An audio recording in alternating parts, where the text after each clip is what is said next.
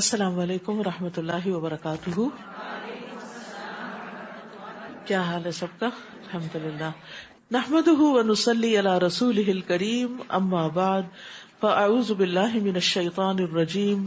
بسم اللہ الرحمن الرحیم. رب اشرح لی صدری ویسر لی امری واحلل عقدۃ من لسانی یفقہوا قولی. طالب علم کے لیے مرحبا، ویلکم. صفوان بن اسال کہتے ہیں کہ میں نبی صلی اللہ علیہ وسلم کی خدمت میں حاضر ہوا اور آپ صلی اللہ علیہ وسلم اس وقت مسجد میں سرخ چادر سے سہارا لیے ہوئے تشریف رکھتے تھے. بس میں نے عرض کیا، یا رسول اللہ، میں طلب علم کے لیے حاضر ہوا ہوں. یعنی میں نے اپنے آنے کا مقصد بتایا. رسول اللہ صلی اللہ علیہ وسلم نے فرمایا، مرحبا ہے طالب علم کے لیے، ویلکم. بے شک طالب علم کو فرشتے اپنے پروں سے ڈھک لیتے ہیں اور ایک دوسرے پر ہجوم کرتے ہیں یہاں تک کہ آسمانی دنیا تک پہنچ جاتے ہیں اس چیز کی محبت کی وجہ سے جس کو وہ طلب کرتا ہے. یعنی جب انسان کے دل میں علم حاصل کرنے کی محبت ہوتی ہے تو اس کی وجہ سے اس کو فوری طور پر یہ فائدے حاصل ہو جاتے ہیں. تو اس لیے جب ہم یہاں پر آئیں تو ہماری واحد نیت یہی ہونی چاہیے کہ ہم اپنے علم میں اضافہ کرنے جا رہے ہیں، اپنے علم کو تر و تازہ کرنے جا رہے ہیں، اور اللہ سبحانہ تعالیٰ نے اس کام پر جو ہمیں وعدے کر رکھے ہیں ان کا شوق رکھتے ہیں اور اس کی امید رکھتے ہیں. اللہ تعالیٰ ہم سب کو یہ عطا فرمائے. 18واں پارہ. اعوذ باللہ من الشیطان الرجیم. بسم اللہ الرحمن الرحیم. قد افلح المؤمنون الذین هم فی صلاتهم خاشعون والذین هم عن اللغو معرضون والذین هم للزکاة فاعلون. شروع کرتی ہوں اللہ کے نام سے جو بے انتہا مہربان نہایت رحم فرمانے والا ہے. قد افلح المؤمنون، ایماندار لوگ کامیاب ہو گئے، ایمان والے کامیاب ہو گئے. ایمان والوں کے لیے کون سی کامیابی ہے؟ جنت کی کامیابی ہے. ان کا آخری ٹھکانہ، ان کی ہمیشہ کی زندگی بہت مزے میں ہوگی. نبی صلی اللہ علیہ وسلم نے فرمایا، اللہ تبارک و تعالیٰ نے جنت کو پیدا کیا. تعمیر کا انداز یہ تھا کہ ایک اینٹ سونے کی تھی، ایک اینٹ چاندی کی تھی اور گارا کستوری کا تھا. پھر اللہ تعالیٰ نے اسے کہا کلام کر، یعنی بات کرو. تو اس نے کہا قد افلح المؤمنون، یقیناً کامیاب ہو گئے مومن. فرشتوں نے کہا اے جنت تیرے لیے خوشخبری ہو، تو بادشاہوں کا ٹھکانہ ہے. یعنی ایک شخص دنیا میں اگر انتہائی غربت اور قسم پرسی کے عالم میں بھی زندگی بسر کر رہا ہے لیکن اس کے اندر ایمان ہے اور ایمان والوں کی خصوصیات ہیں تو جنت اس کے لیے ہے اور جنت میں وہ بادشاہوں کی طرح رہے گا. کون ہے یہ ایمان والے؟ الذین هم فی صلاتهم خاشعون، وہ جو اپنی نمازوں میں خشوع اختیار کرتے ہیں، عاجزی اختیار کرتے ہیں. خشوع ایسی کیفیت کا نام ہے کہ انسان کے دل کے اندر عاجزی اور انکساری کا احساس ہو کہ میں اپنے رب کے سامنے کھڑا ہوں، اور اس وجہ سے اس کے سارے اعضاء بھی پرسکون ہو، یعنی اندر بھی سکون ہو اور باہر بھی سکون ہو. خشوع میں عام طور پر یہ سمجھا جاتا ہے کہ شاید بہت روتے ہوئے نماز پڑھنا خشوع ہے. رونا ہی خشوع نہیں، وہ بھی ایک پارٹ ہے، لیکن اصل چیز ہے دل کا حاضر ہونا، دل کا متوجہ ہونا اور اعضاء کا پرسکون ہونا. ایک چیز باطن سے تعلق رکھتی ہے اور ایک ظاہر سے تعلق رکھتی ہے.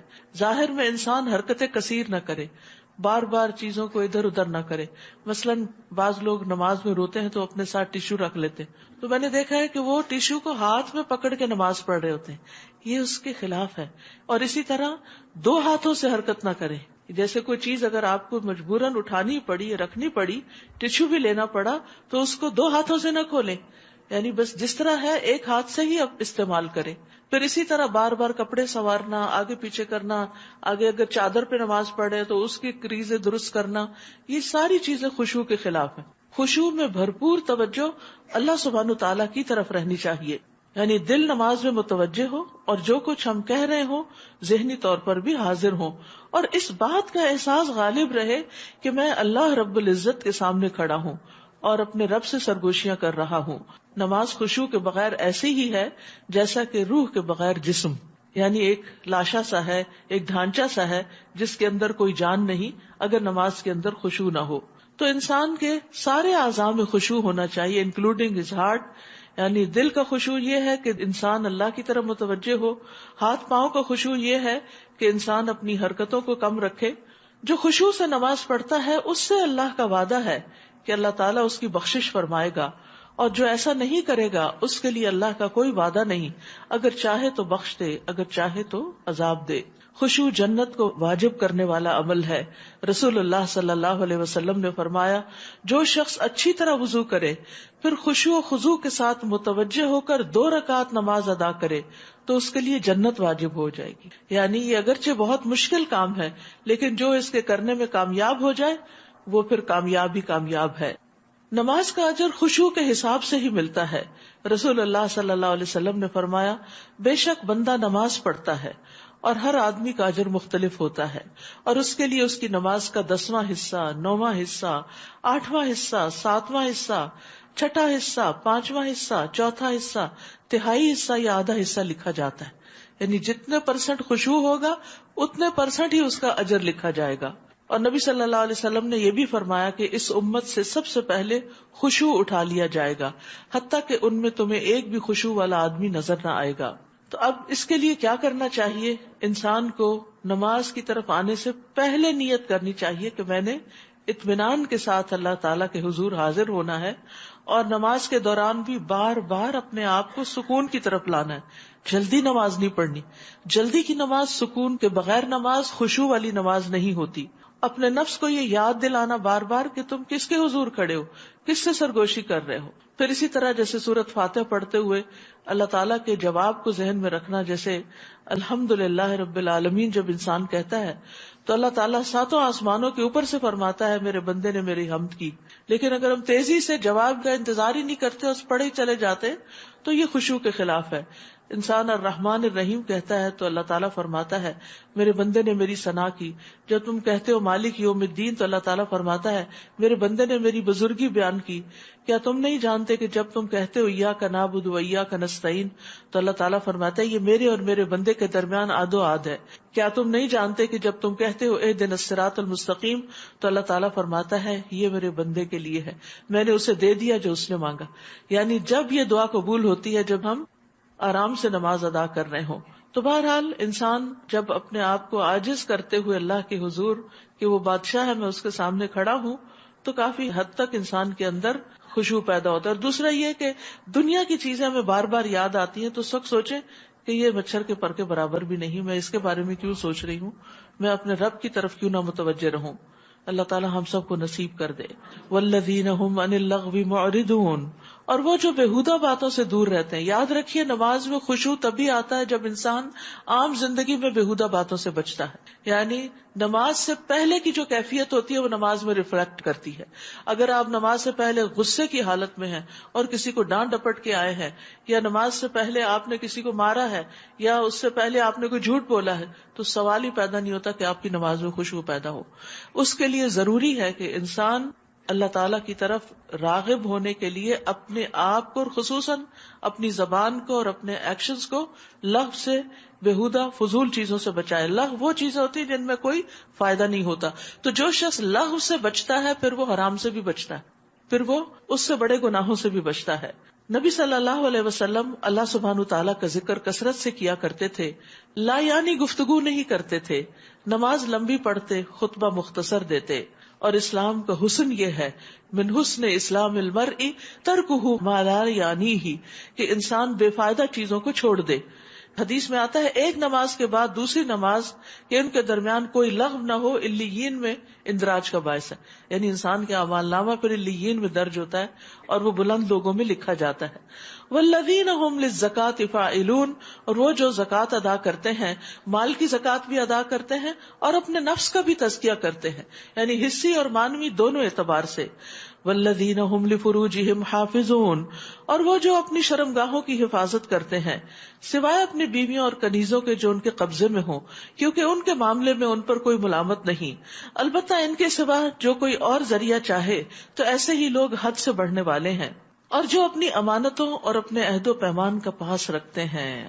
امانت اور عہد و پیمان، بار بار قرآن مجید میں عہد کا ذکر آتا ہے، جس سے اندازہ کر سکتے ہیں آپ کہ کتنا اہم ہے اپنی کمٹمنٹس کو نبھانا. کہ امانت اور عہد ہر اس کام کا مجموعہ ہے جو انسان اپنے ذمے لے لیتا ہے. یعنی کوئی بھی ڈیوٹی، کوئی بھی وعدہ، کوئی بھی بات جو آپ مان جاتے ہیں کہ ہاں میں کروں گا، خواہ وہ دین کا ہو یا دنیا کا.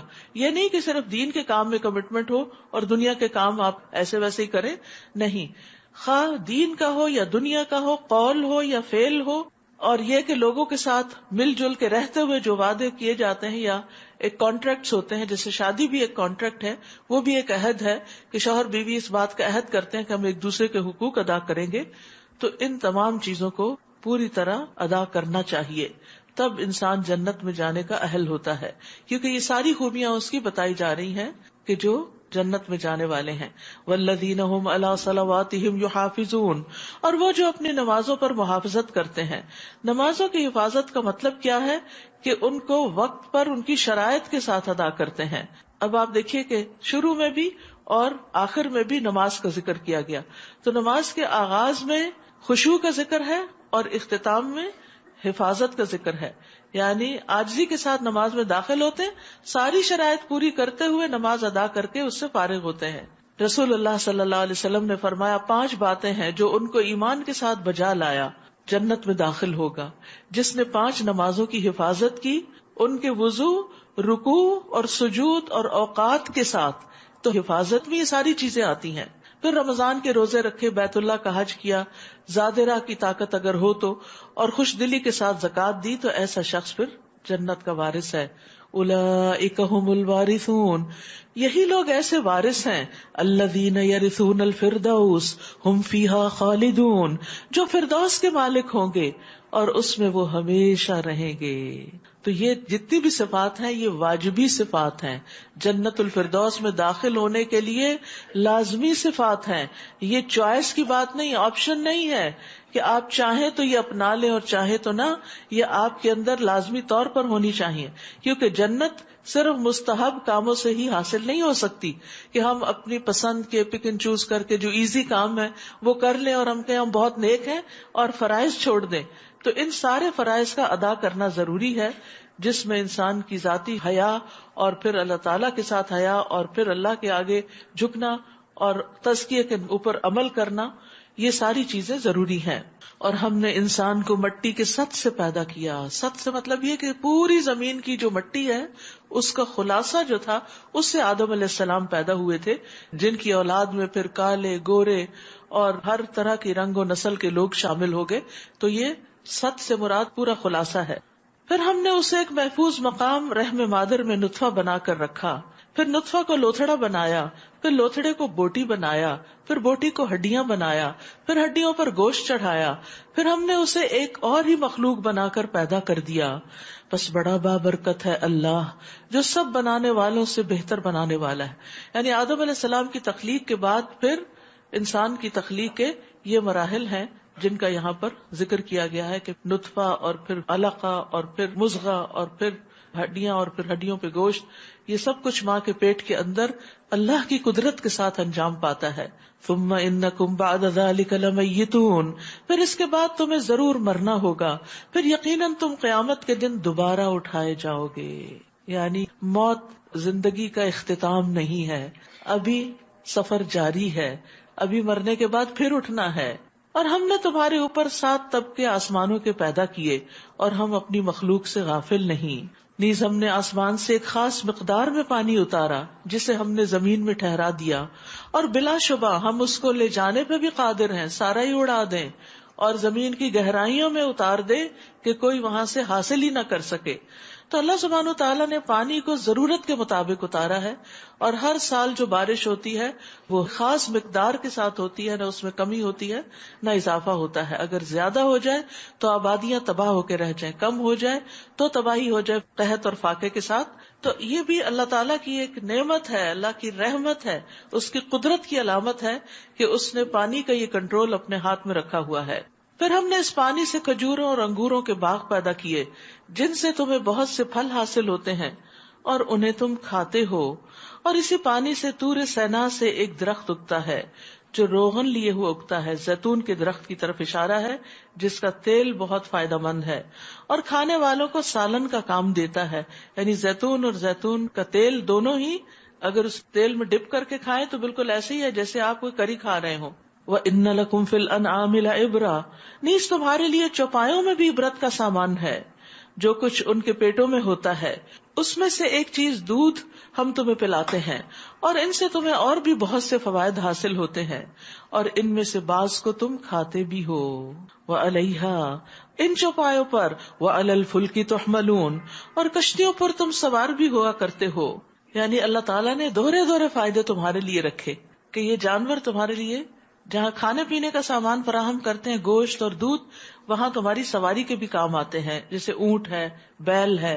وَلَقَدْ أَرْسَلْنَا نُوحًا إِلَىٰ قَوْمِهِ، ہم نے نوح علیہ السلام کو اس کی قوم کی طرف بھیجا تو اس نے کہا اے میری قوم، اللہ کی عبادت کرو جس کے بغیر تمہارا کوئی الہ نہیں، کیا تم ڈرتے نہیں؟ اس کی قوم کے جن سرداروں نے ماننے سے انکار کیا تھا وہ کہنے لگے یہ تو ہمارے ہی جیسا انسان ہے جو چاہتا ہے کہ تم پر برتری حاصل کرے، اور اگر اللہ چاہتا تو فرشتے نازل کرتا. یہ بات تو ہم نے اپنے آباء و اجداد کے وقتوں میں کبھی سنی ہی نہیں. یعنی من گھڑت باتیں، یعنی وہ بات نہیں ماننی جو پیغمبر خود بتا رہے ہیں اور خود سے ہی ان کے بارے میں آراء قائم کر لی. وہ تو ایسا آدمی ہے جسے جنون لاحق ہو گیا ہے، لہذا کچھ مدت اور انتظار کرو، شاید کہ وہ ٹھیک ہو جائے. انہی کی بات میں کنٹراڈکشن ہے. یعنی پہلے بتا رہے ہیں کہ وہ تو یہ بھی چاہتا ہے اور یہ بھی چاہتا ہے اور یہ بھی چاہتا ہے، اس کا مطلب بہت سمارٹ انسان ہے جو اپنے لیے بہت سی چیزیں چاہتا ہے، اور پھر خود ہی جھٹلا رہے ہیں کہ اس کو تو جنون لاحق ہے. تو جسے جنون لاحق ہو وہ اتنی سمجھداری کے فیصلے تو نہیں کرتا. نوح علیہ السلام نے دعا کی رب انصرنی بما کذبون، اے میرے رب ان لوگوں نے جو مجھے جھٹلایا ہے اس پر تو میری مدد فرما.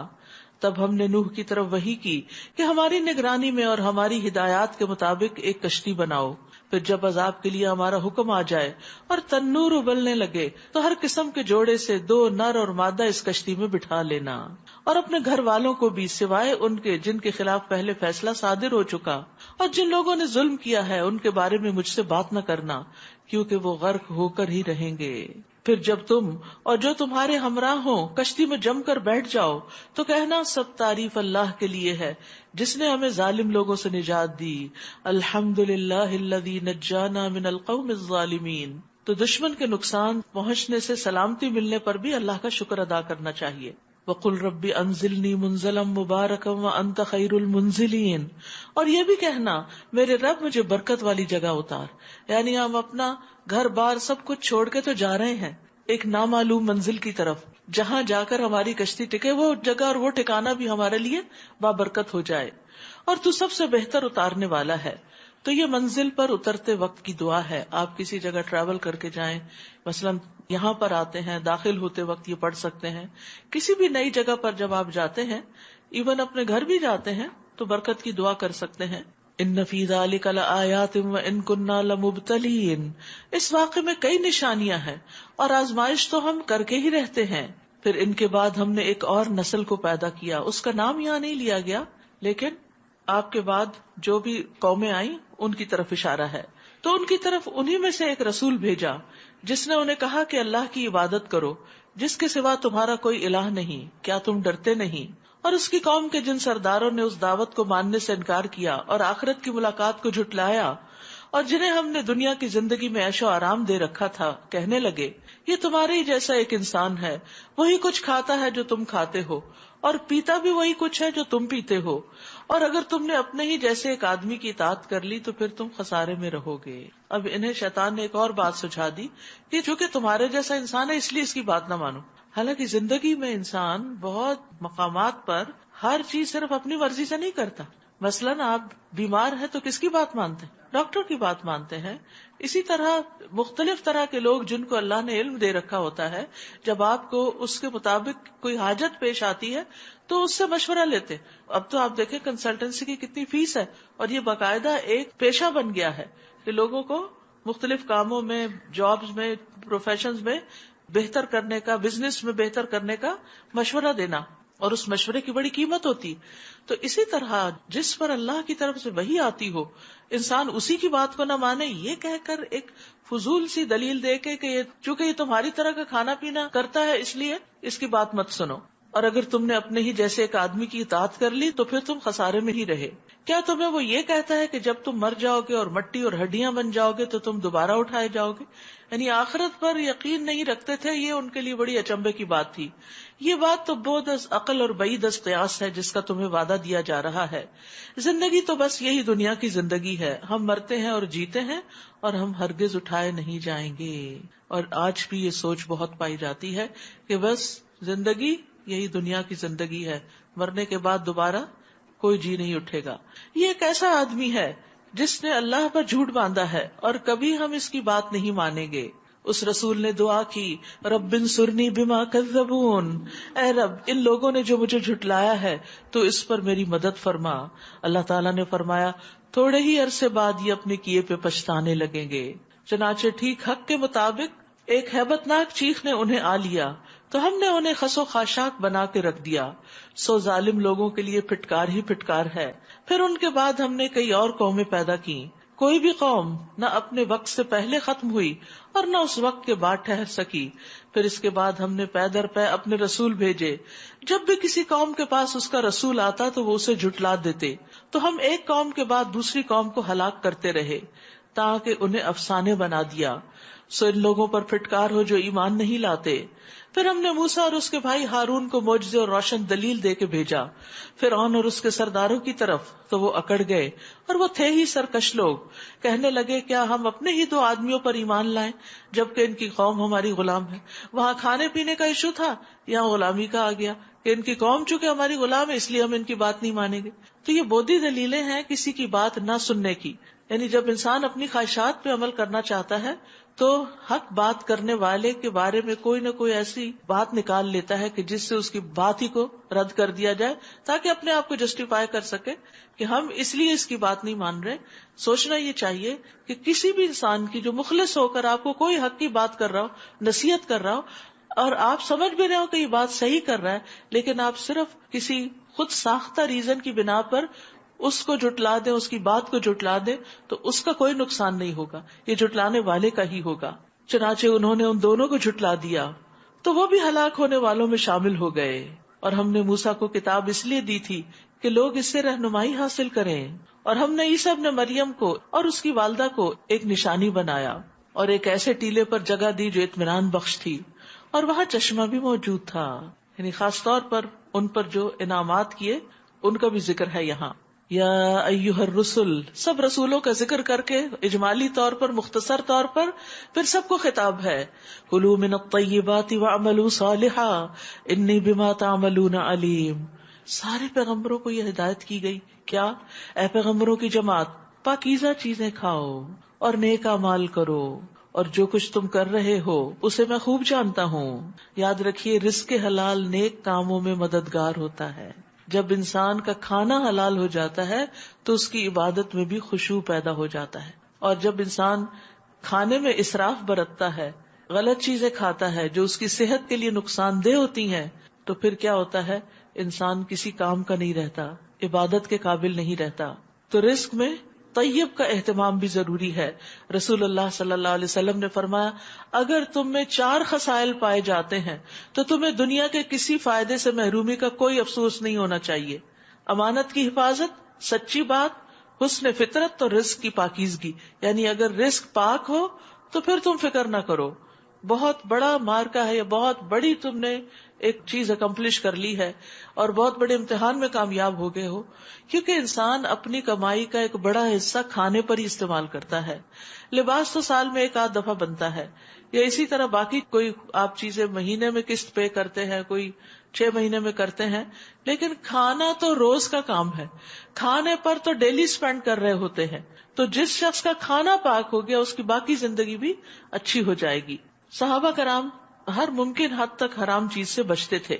نبی صلی اللہ علیہ وسلم بھی بعض اوقات کھانے کی تحقیق کرتے تھے کہ یہ کہاں سے آیا ہے، کیا حلال ہے یا نہیں. وَإِنَّ هَٰذِهِ أُمَّتُكُمْ أُمَّةً وَاحِدَةً وَأَنَا رَبُّكُمْ فَاتَّقُونِ، اور یہ تمہاری امت ایک ہی امت ہے اور میں تمہارا رب ہوں، لہٰذا مجھی سے ڈرو. پھر لوگوں نے اپنے دین کے کام کو آپس میں ٹکڑے ٹکڑے کر لیا. ہر گروہ کے پاس جو کچھ ہے وہ اس میں مگن ہے، یعنی پک اینڈ چوز کر کے اپنی مرضی اور پسند کی چیزیں اختیار کر لی اور اس پر راضی اور خوش ہو گئے. لہٰذا ان کا قصہ چھوڑو کہ وہ ایک خاص وقت تک اپنی اس مدہوشی میں پڑے رہیں. کیا وہ یہ خیال کرتے ہیں کہ ہم جو انہیں مال اور اولاد دیے جا رہے ہیں تو ہم انہیں بھلائیاں دینے میں جلدی کر رہے ہیں؟ معاملہ یوں نہیں، بلکہ اصل بات کا انہیں شعور ہی نہیں. بھلائیاں پانے والے اور اہل لوگ وہ ہیں جو اپنے رب کے خوف سے ڈرتے رہتے ہیں. یعنی کامیاب کون ہے، بھلائی پانے والے کون ہیں؟ جن کے اندر رب کا خوف ہے، جو بہت سے گناہوں کو اللہ کے ڈر سے چھوڑ دیتے ہیں، اور جو اپنے رب کی آیات پر ایمان رکھتے ہیں، اور وہ اپنے رب کے ساتھ کسی کو شریک نہیں ٹھہراتے، اور وہ اللہ کی راہ میں دیتے ہیں جو بھی دیں، اور ان کے دلوں کو دھڑکا لگا رہتا ہے کہ وہ اپنے رب کے پاس لوٹ کے جانے والے ہیں. سبحان اللہ. ساری نیکیاں کر کے بھی ڈرتے ہیں، یعنی نیک اعمال کرنے کے باوجود بھی ان کی قبولیت سے ڈرتے ہیں کہ جب ہم اللہ کے پاس جائیں گے. ابھی تو بڑے خوش ہیں کہ ہم نمازیں بھی پڑھ رہے ہیں، روزے بھی رکھ رہے ہیں، صدقہ خیرات بھی کر رہے ہیں، افطار بھی کرا رہے ہیں، صدقہ جاریہ کے کام بھی کر رہے ہیں، تو بس اب تو ہماری نجات ہو ہی گئی.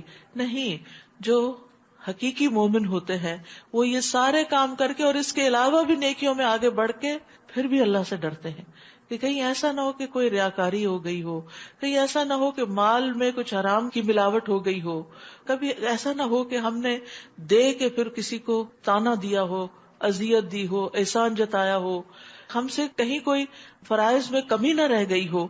تو وہ نیک کام کر کے بھی ڈرتے ہیں. اور پھر یہ کہ پتہ نہیں اللہ تعالیٰ کو پسند آیا کہ نہیں.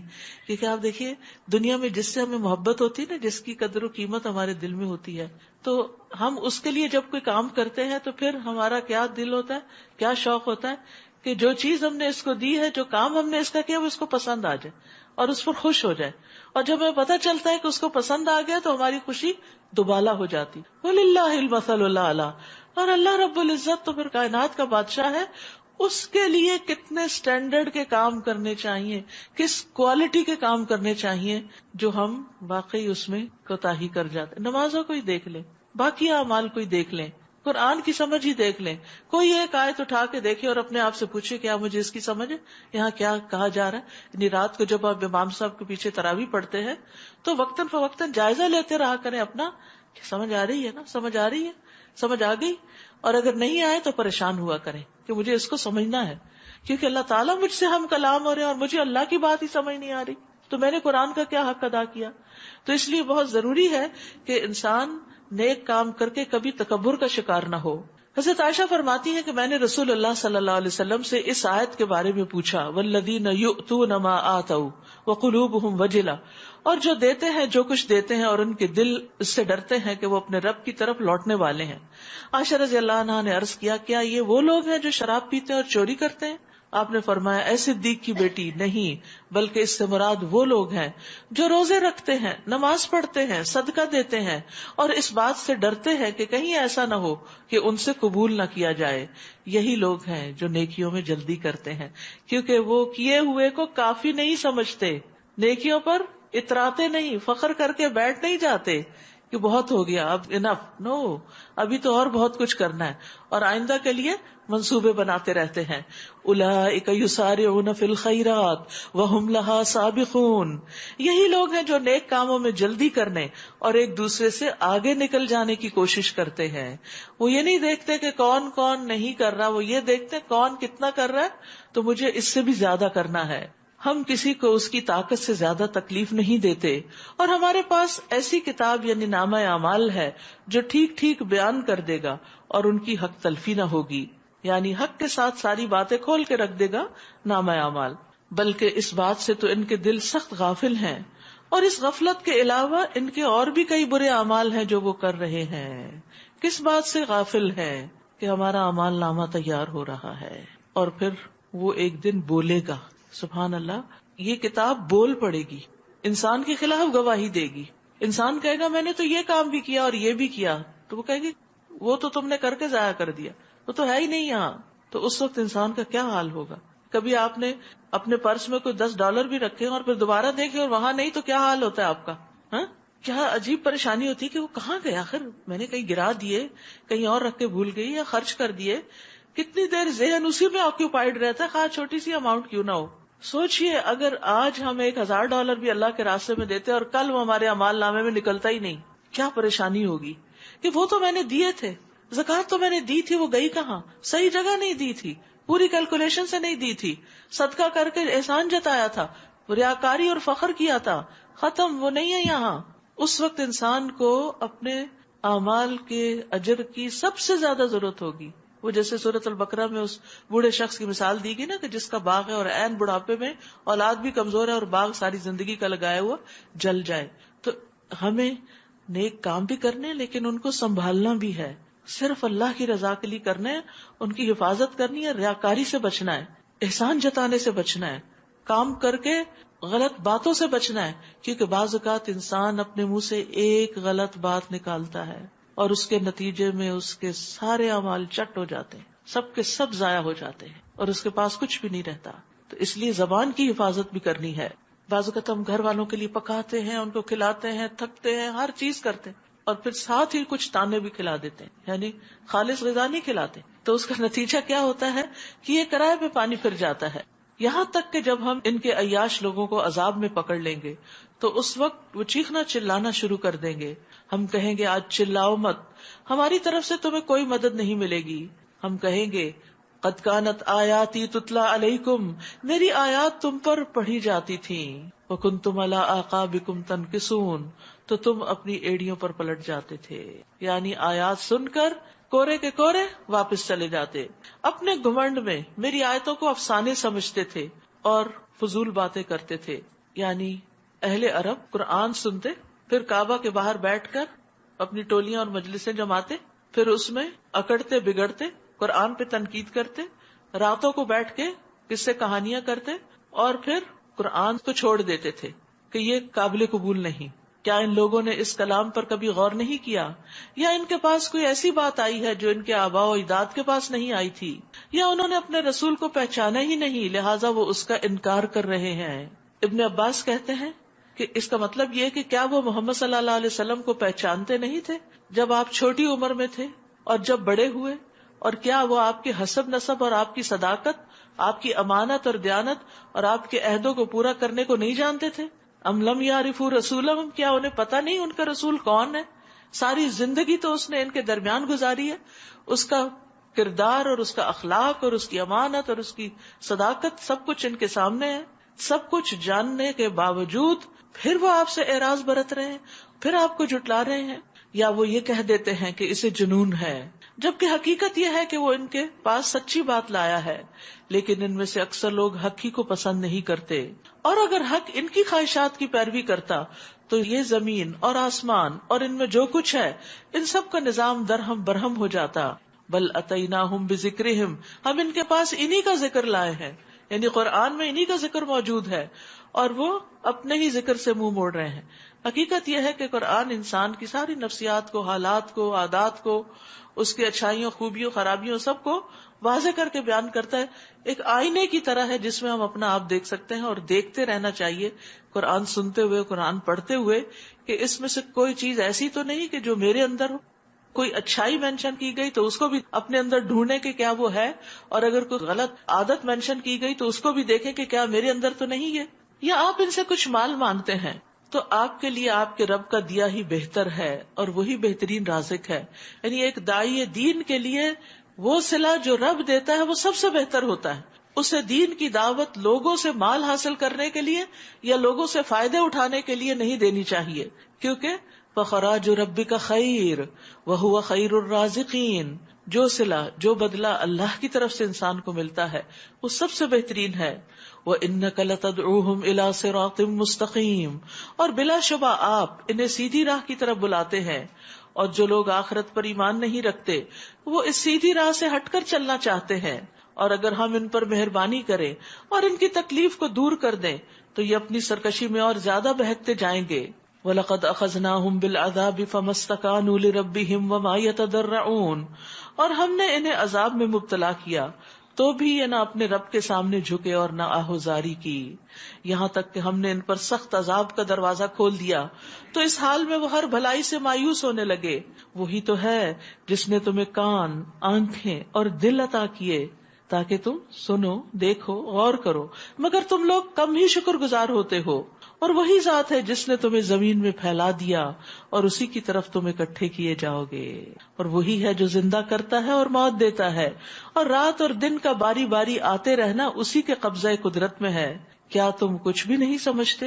یعنی یہ ساری اللہ کی طاقت کی نشانیاں ہیں، یہ ساری قدرت کا مالک وہی ہے. بلکہ انہوں نے بھی وہی کچھ کہہ دیا جو ان کے پہلے کہہ چکے ہیں کہ جب ہم مر جائیں گے اور مٹی اور ہڈیاں ہو جائیں گے تو ہمیں پھر زندہ کر کے اٹھایا جائے گا. یہ بات تو ہمیں اور اس سے پیشتر ہمارے آباء و اجداد کو بھی کہی گئی تھی. یہ تو محض پرانے افسانے ہیں. آپ ان سے پوچھئے اگر تمہیں کچھ علم ہے تو بتاؤ کہ زمین اور جو کچھ اس میں ہے وہ کس کا ہے؟ وہ فوراً کہہ دیں گے کہ اللہ کا. آپ کہیے پھر تم نصیحت قبول کیوں نہیں کرتے؟ پھر ان سے پوچھئے 7 آسمانوں اور عرش عظیم کا مالک کون ہے؟ وہ کہہ دیں گے کہ یہ سب کچھ اللہ ہی کا ہے. آپ کہیے پھر تم اللہ سے ڈرتے کیوں نہیں؟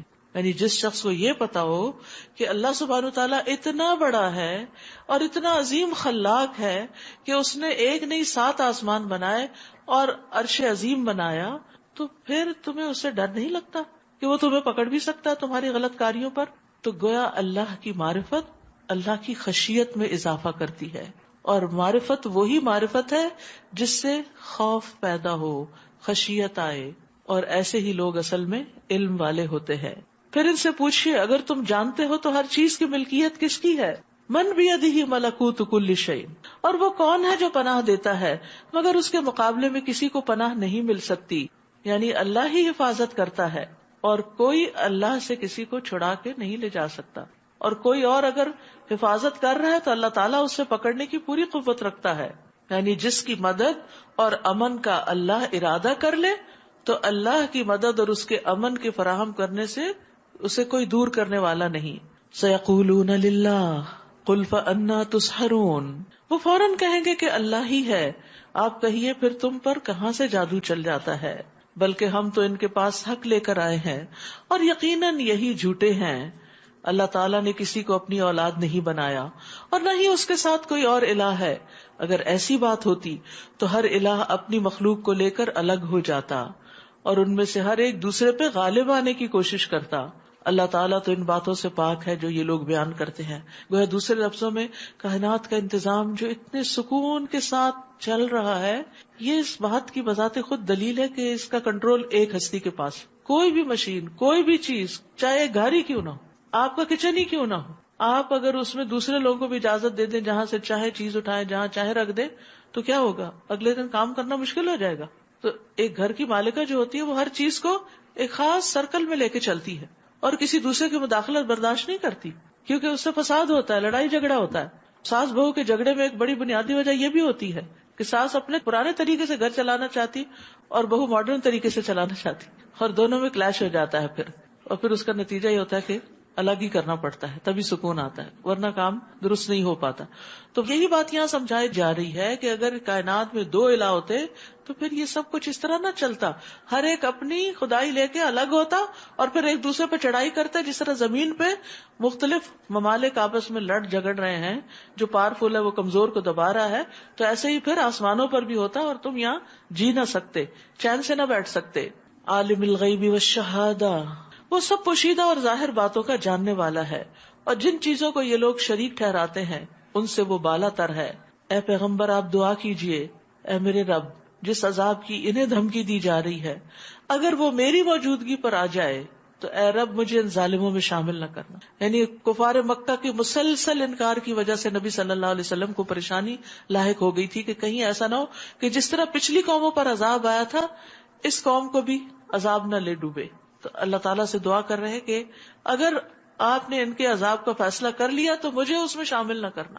اور جس عذاب کی انہیں دھمکی دی جا رہی ہے وہ عذاب آپ کو دکھانے پر ہم پوری قدرت رکھتے ہیں. ادفع باللتی ہی احسن السیئہ نحن اعلم بما یصفون. آپ ان کے جواب میں بھی ایسی بات کہیے جو بہت اچھی ہو. جو کچھ یہ لوگ بیان کرتے ہیں ہم اسے خوب جانتے ہیں.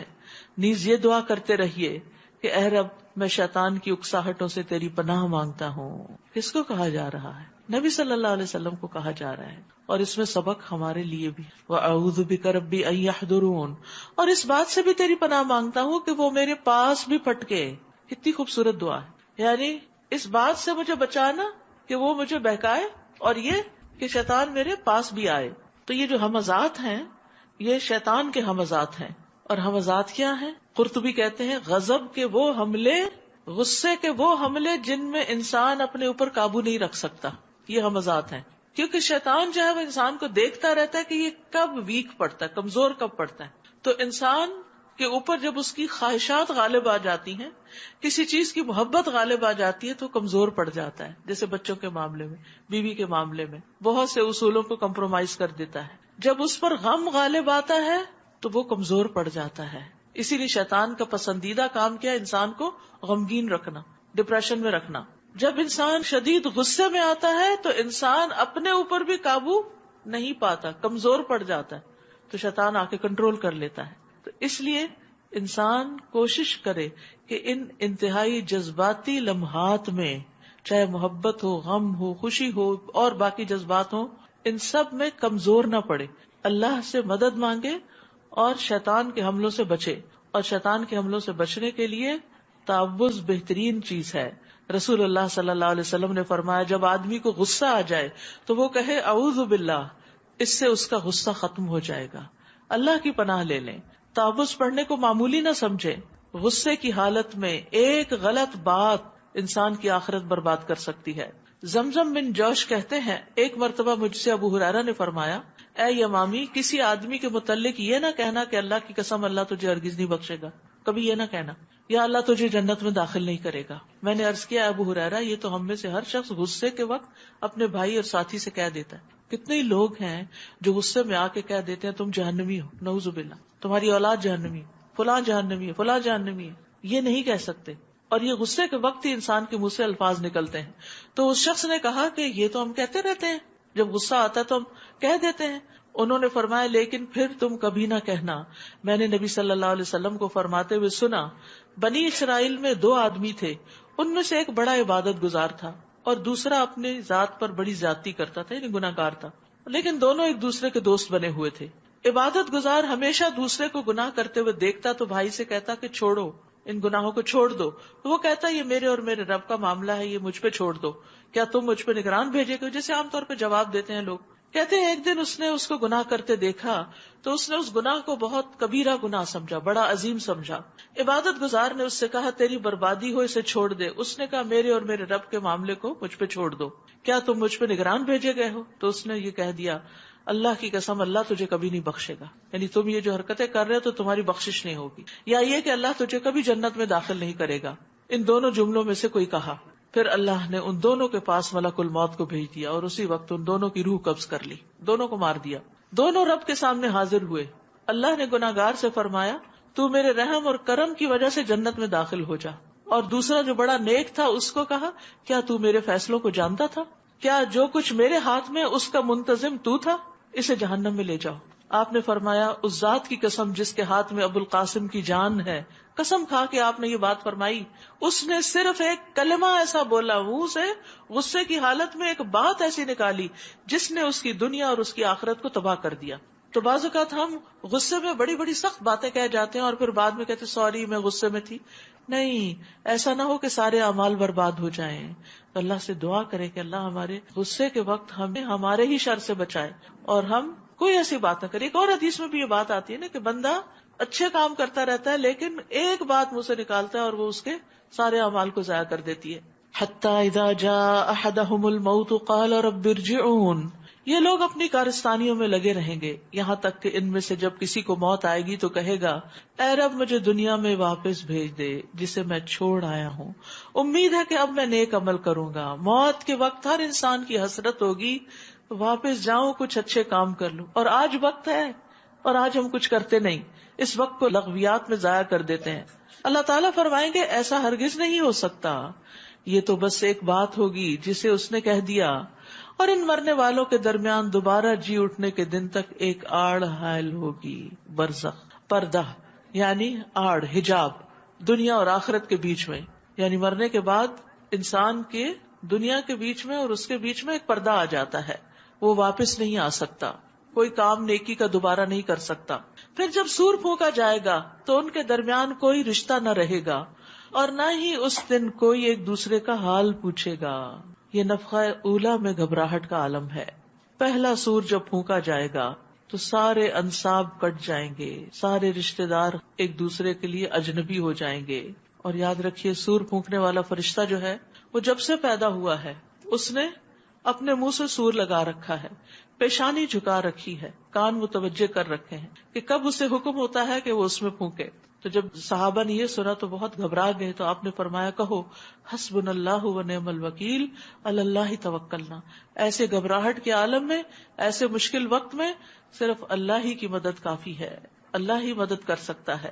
رسول اللہ صلی اللہ علیہ وسلم نے فرمایا سور پھونکنے والے فرشتے کو جب سے یہ ذمہ داری دی گئی ہے وہ تب سے تیار حالت میں اپنی آنکھیں عرش کی طرف لگائے ہوئے ہے, ریڈی, اس بات سے ڈرتے ہوئے کہ کہیں حکم ملنے سے پیشتر اس کی نگاہ ادھر ادھر نہ ہو جائے.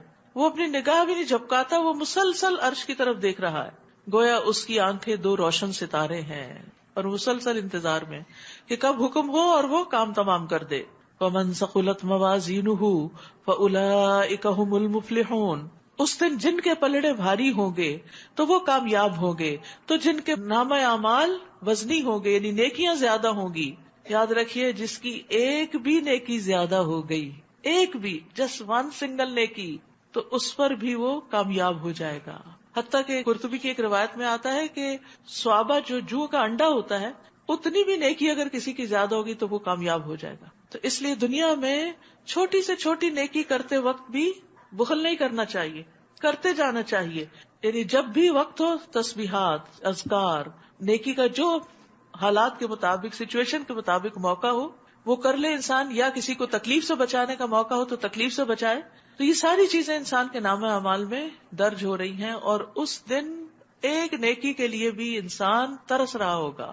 وَمَنْ خَفَّتْ مَوَازِينُهُ. اور جن کے پلڑے ہلکے ہوں گے تو یہی وہ لوگ ہیں جنہوں نے اپنے آپ کو خسارے میں رکھا, نیکیوں کی طرف توجہ ہی نہیں کی. وہ ہمیشہ جہنم میں رہیں گے. تلفح وجوہہم النار وہم فیہا کالحون. جہنم کی آگ ان کے چہروں کو جھلس دے گی اور ان کے جبڑے باہر نکلے ہوں. یعنی جب آگ چہرے پہ پڑے گی تو جلد سکڑ جائے گی, اور جس طرح بھنی ہوئی سری دیکھیے کہ اس کے دانت نکل آتے ہیں, ایسے ہی جبڑے باہر نکل آئیں گے سکڑ کے چہرہ. انہیں کہا جائے گا کیا تم پر میری آیات نہیں پڑھی جاتی تھی تو تم انہیں جھٹلا دیا کرتے تھے, یعنی ان پر ایمان نہیں لاتے تھے, ان کے مطابق عمل نہیں کرتے تھے. وہ کہیں گے اے ہمارے رب ہم پر ہماری بدبختی غالب آ گئی تھی اور ہم واقعی گمراہ لوگ تھے. بدبختی کیا ہے کہ ہماری لذتیں اور خواہشات ہم پہ غالب آ گئیں اور ہم انہی کے پیچھے چلتے رہے. ربنا اخرجنا منہا فإن عدنا فإنا ظالمون. اے رب ہمیں اس آگ سے نکال, اگر ہم دوبارہ ایسا قصور کریں تو واقعی ہم ظالم ٹھہرے. قال اخسؤوا فیہا ولا تکلمون. اللہ تعالیٰ فرمائے گا مجھ سے دور ہی رہو اور اسی آگ میں پڑے رہو اور مجھ سے کوئی بات مت کرو. اللہ تعالیٰ ان سے کلام بھی نہیں کرنا چاہے گا. ان کا اتنا بڑا کیا جرم ہوگا جس کی وجہ سے اتنا شدید غضب نازل ہوگا ان پر. فرمایا انہ کان فریق من عبادی یقولون ربنا آمنا فاغفر لنا وارحمنا وانت خیر الراحمین. کہ جب میرے کچھ بندے یہ کہتے تھے کہ اے ہمارے رب ہمیں بخش دے, ہم پہ رحم فرما کیونکہ تو ہی سب سے بہتر رحم کرنے والا ہے. فاتخذتموہم سخریا. تو تم لوگ ان کا مذاق اڑاتے تھے.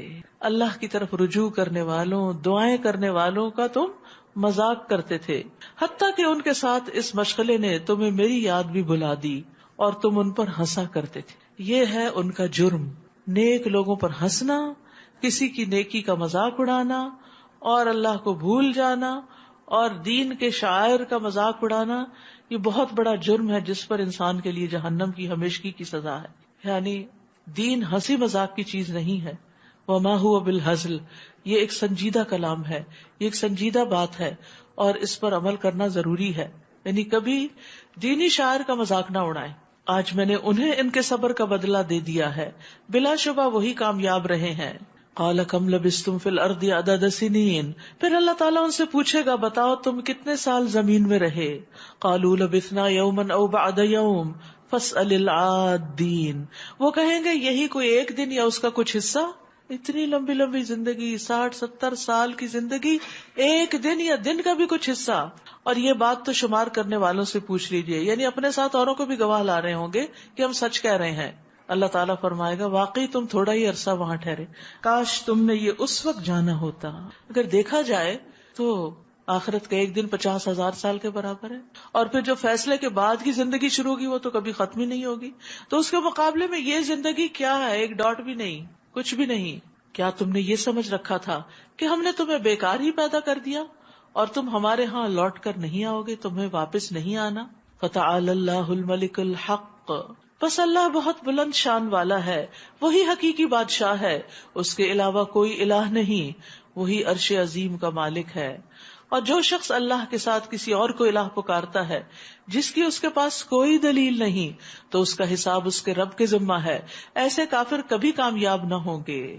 تو اللہ تعالیٰ نے اس سورت کے شروع میں مومنین کی فلاح کا ذکر کیا اور آخر میں کافروں کی فلاح نہ ہونے کا ذکر کیا. قد افلح المؤمنون سے شروع ہوا اور اختتام کس پہ ہو رہا ہے؟ انہ لا یفلح الکافرون وقل رب اغفر وارحم وانت خیر الراحمین. اور آپ اللہ سے دعا کیجئے اے میرے رب مجھے بخش دے اور مجھ پہ رحم فرما، تو ہی سب رحم کرنے والوں سے اچھا رحم کرنے والا ہے. سورۃ النور. بسم اللہ الرحمن الرحیم.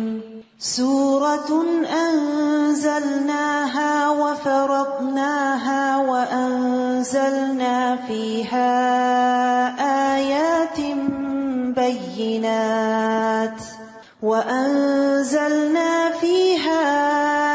آيات بينات لعلكم تذكرون.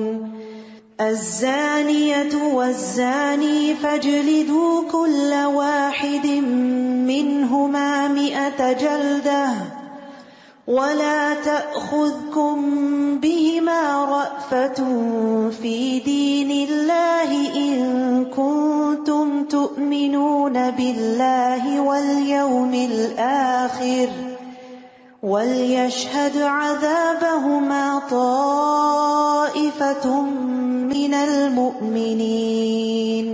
شروع کرتی ہوں اللہ کے نام سے جو بے انتہا مہربان نہایت رحم فرمانے والا ہے. سورۃ انزلناها، یہ ایک سورت ہے جسے ہم نے نازل کیا ہے. اللہ نے پورا قرآن نازل کیا ہے، لیکن یہاں خاص طور پر اس سورت کے نزول کی اہمیت کی وجہ سے اس کا ذکر کیا گیا.